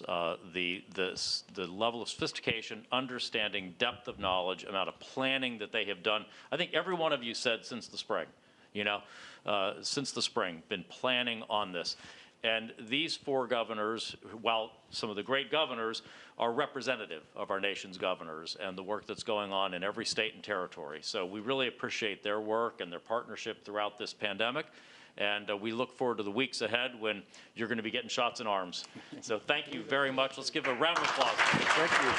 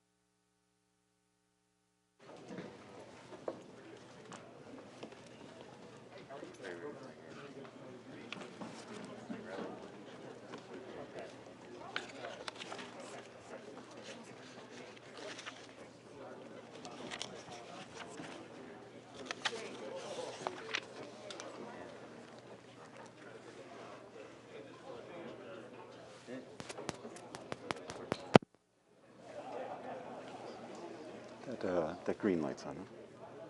Green light? Yeah. So after you introduce him, the music is going to start, and then he's going to walk on.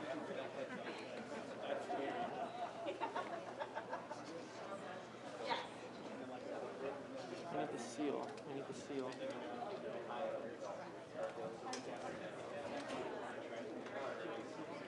I'm going to Missouri. Yeah, perfect. I think Detroit's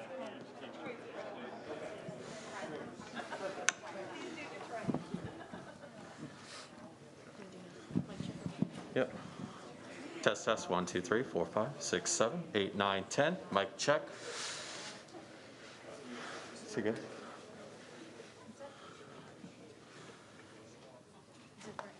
Yeah,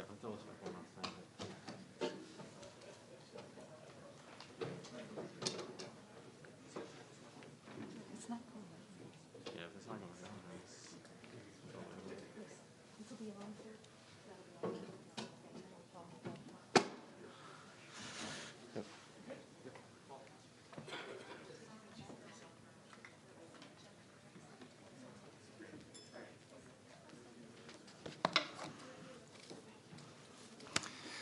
Okay, thank you, Secretary Azar and our governors. As you can see, no one knows better what their communities will need than the folks who are closest to it. And General Pernin and I often share a phrase, and that is, you can never let your reach exceed your grasp.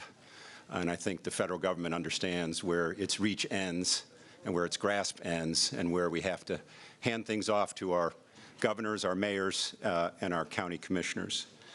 As we said, before I introduce the Vice President, I think we started the session today by talking about 3 objectives. Maybe just take a moment to review those.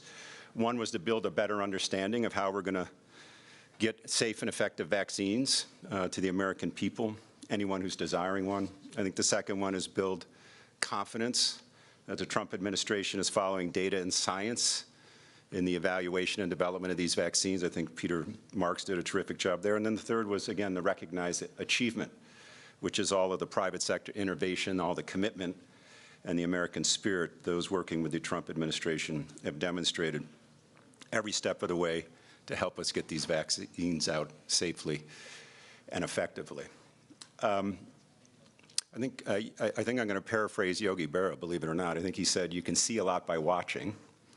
And as I introduce Vice President Pence, here's a guy who has tirelessly led the White House Coronavirus Task Force for the last 7 or 8 months. And you can see a lot by watching him. This is a multi-agency response. It's the Department of Defense. It's the Department of Health and Human Services. It's the Treasury Department, Secretary Mnuchin, the Labor Department, Department of Homeland Security.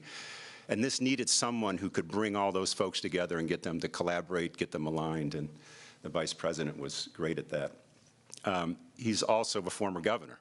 And what you just heard, Secretary Azar talk to the governors about, their role has been in our response and will be absolutely crucial to successful vaccine administration.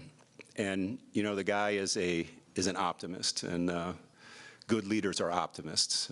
We visited a plant up in Wisconsin when GE converted all of its lines to produce ventilators at record pace, unbelievable.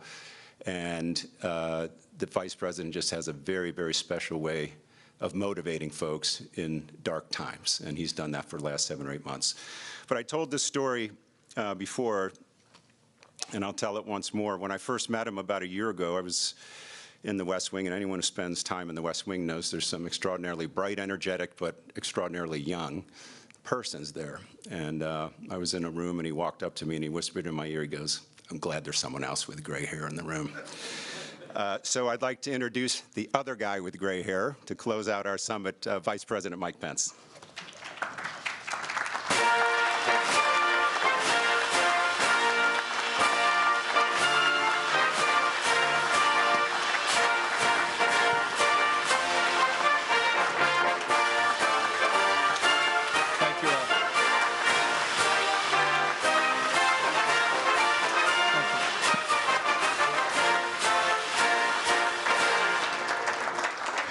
Well, thank you all very much. Paul, thank you for those kind words and for your tireless work at Health and Human Services.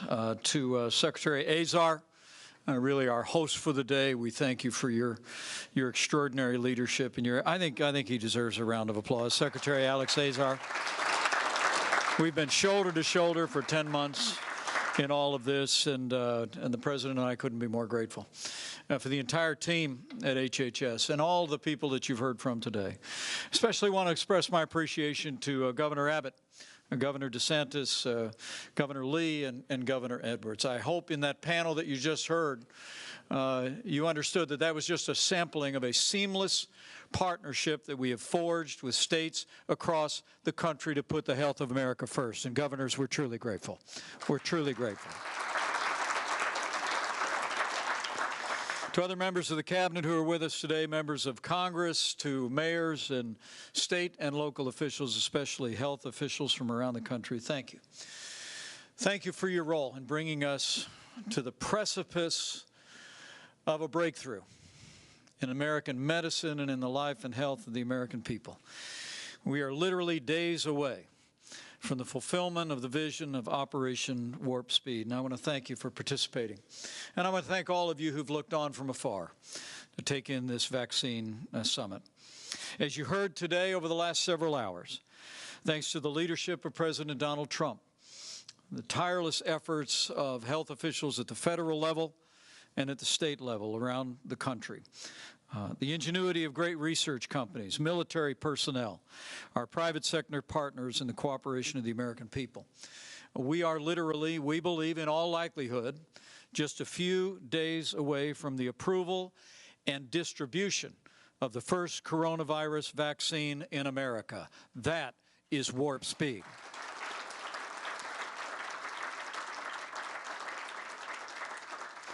From the first day the President stood up the White House Coronavirus Task Force and asked us to lead it, and we had one mission, and that is to save American lives. And I believe the advance that we're about to fulfill, to begin to move out on, will continue that mission apace and put us one day closer to the day we put the coronavirus in the past. But before I reflect on all that we've heard today and the extraordinary professionalism and cooperation that you've witnessed, I want to extend my sympathies to the families that may be looking on at this very hour, families that have lost loved ones over the course of this year. Even as we enter a time of great promise in this country, I want families that have lost loved ones and those that are still struggling in the midst of this pandemic to know there's not a day gone by that you haven't been on the hearts of all of us working at every level.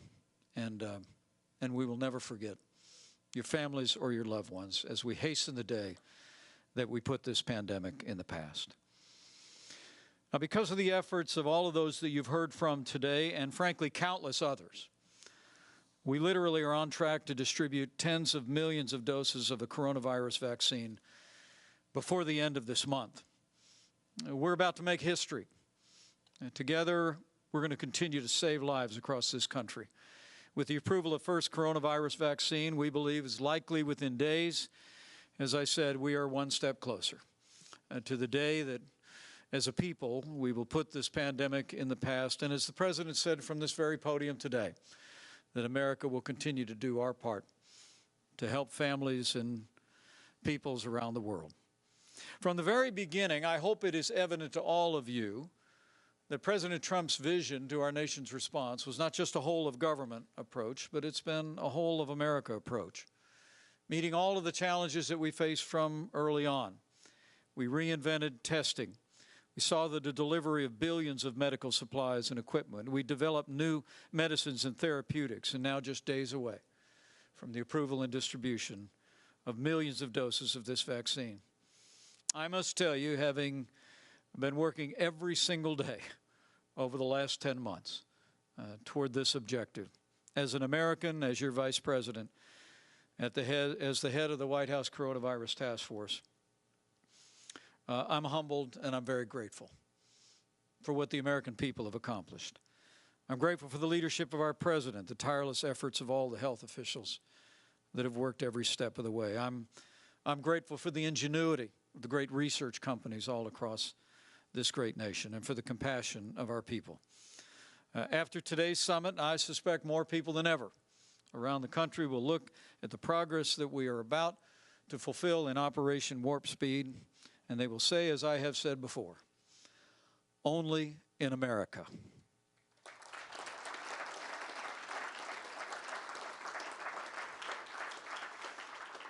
We are honored to have all of you to participate, and all of you looking on to participate in this vaccine summit. The President wanted to convene this gathering to inform the American people of the progress that we've made in Operation Warp Speed, but also to give credit where credit is due. Operation Warp Speed is a modern American miracle, but it's an accomplishment of all of the American people. It's amazing to think that the average development timeline for a vaccine can take 8 to 12 years. But as you heard today, we're on track to accomplish a safe and effective coronavirus vaccine in 8 to 12 months. Before Operation Warp Speed, the fastest prior vaccine development in the United States took over 4 years. But as the President said earlier today, we've developed a gold standard vaccine in just 9 months. Only in America.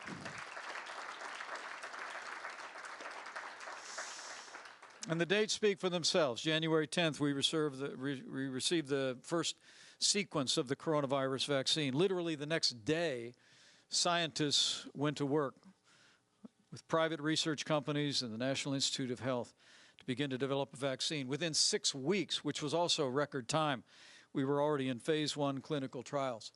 And with the support of many of the members of Congress that you saw here today, we were able to secure some $10 billion to develop a vaccine. But it would be in May of this year that the President launched Operation Warp Speed that you have heard in great detail today. The President said then that they were looking to get a vaccine by the end of the year, but in August, President Trump made a promise. He actually said, and I quote, "We will have a safe and effective vaccine this year." And here we are. The President's promise was met with considerable skepticism, not only in the scientific community, but across the public debate. But as we stand here today and we celebrate what we believe is the likely approval of 2 safe and effective coronavirus vaccines, the American people deserve to know that there are actually 4 vaccine candidates in large phase 3 clinical trials as we speak. Operation Warp Speed, we believe, is about to commence. It's about to save lives, and it will continue to expand to the benefit of the American people and the world.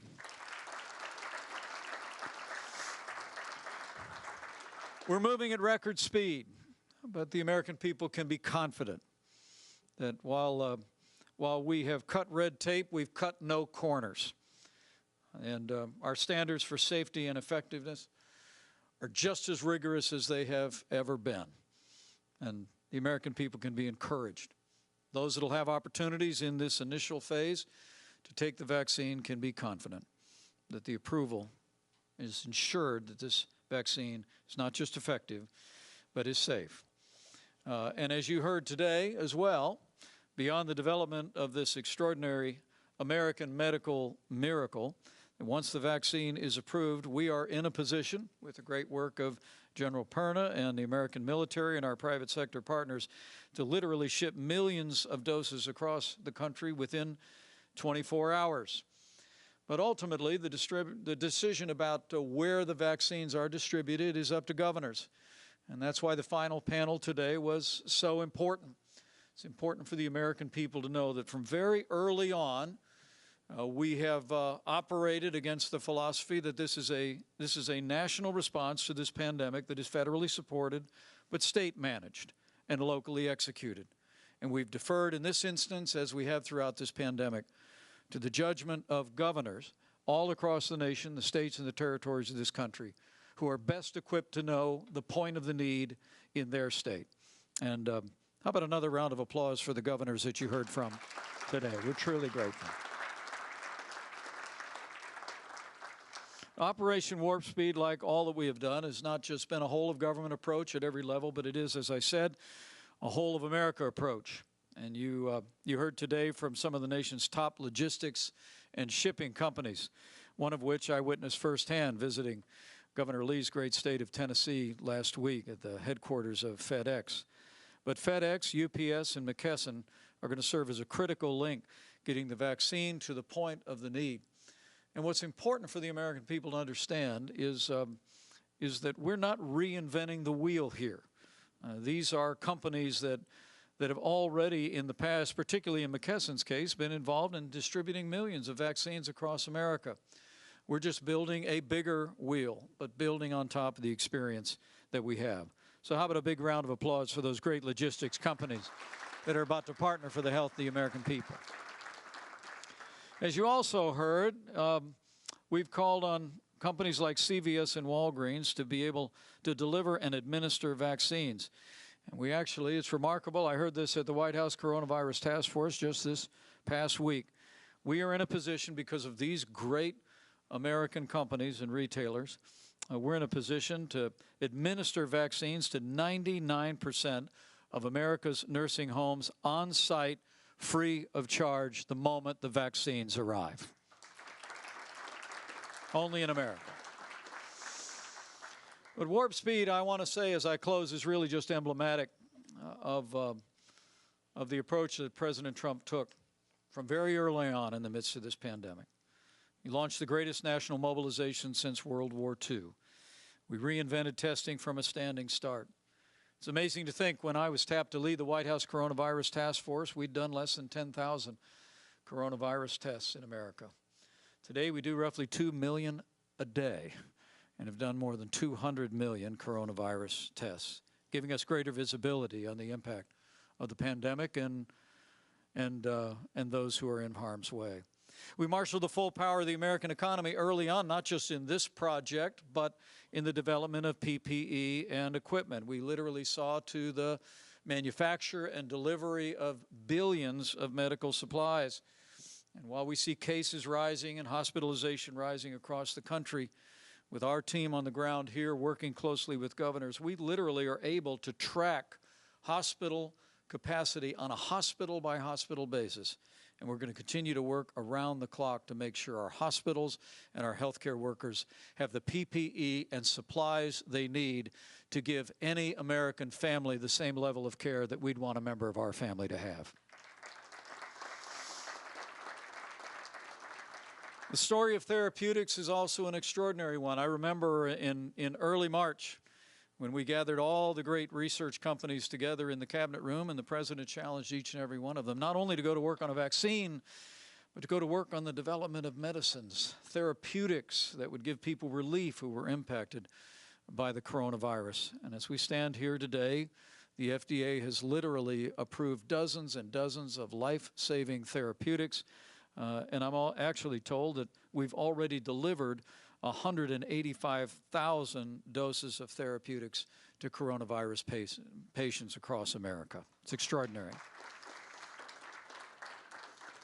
And the truth is, even as we see cases rising around the country and hospitalizations rising, I want the American people to know that we've never been better prepared to combat the coronavirus than we are today. This is a time of great promise and hope for the American people.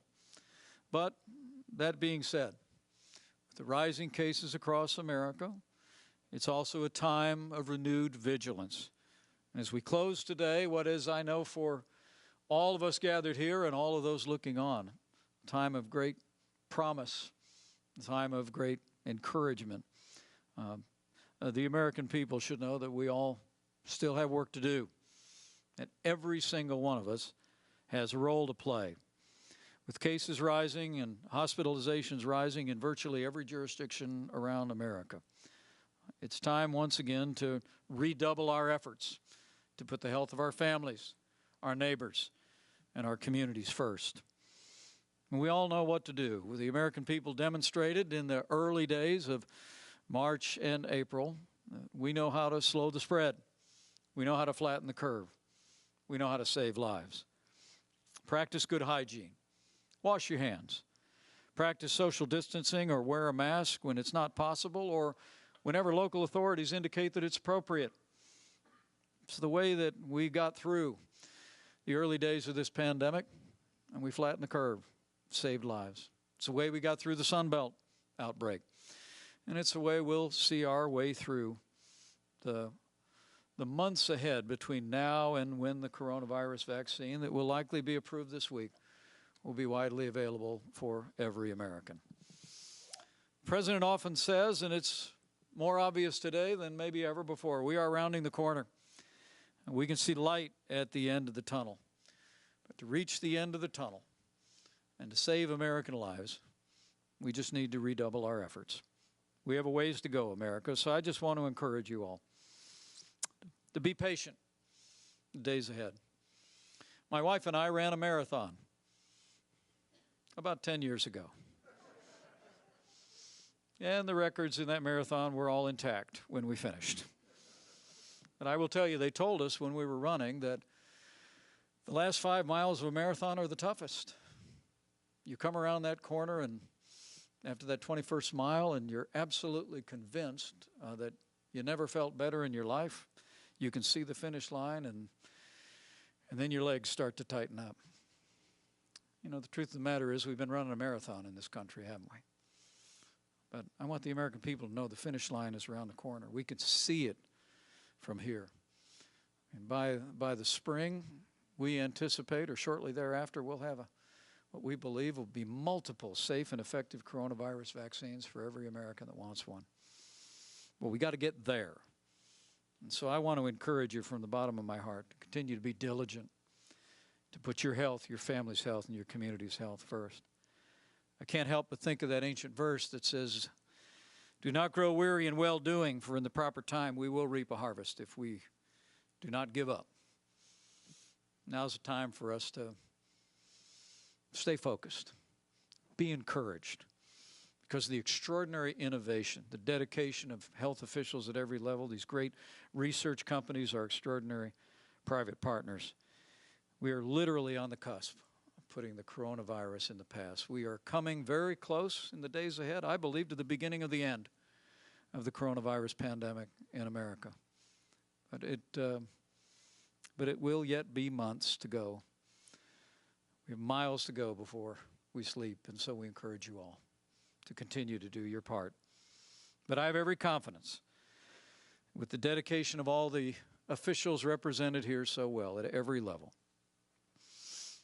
With programs like Operation Warp Speed, with the dedication of our healthcare workers and our first responders, researchers around the country, and with the cooperation of the American people, we'll get through this. I have every confidence. I have faith that with your help and with God's grace, we will heal our land, and we will heal our land together. Thank you all very much. Thank you for being a part of this important summit, and God bless you all.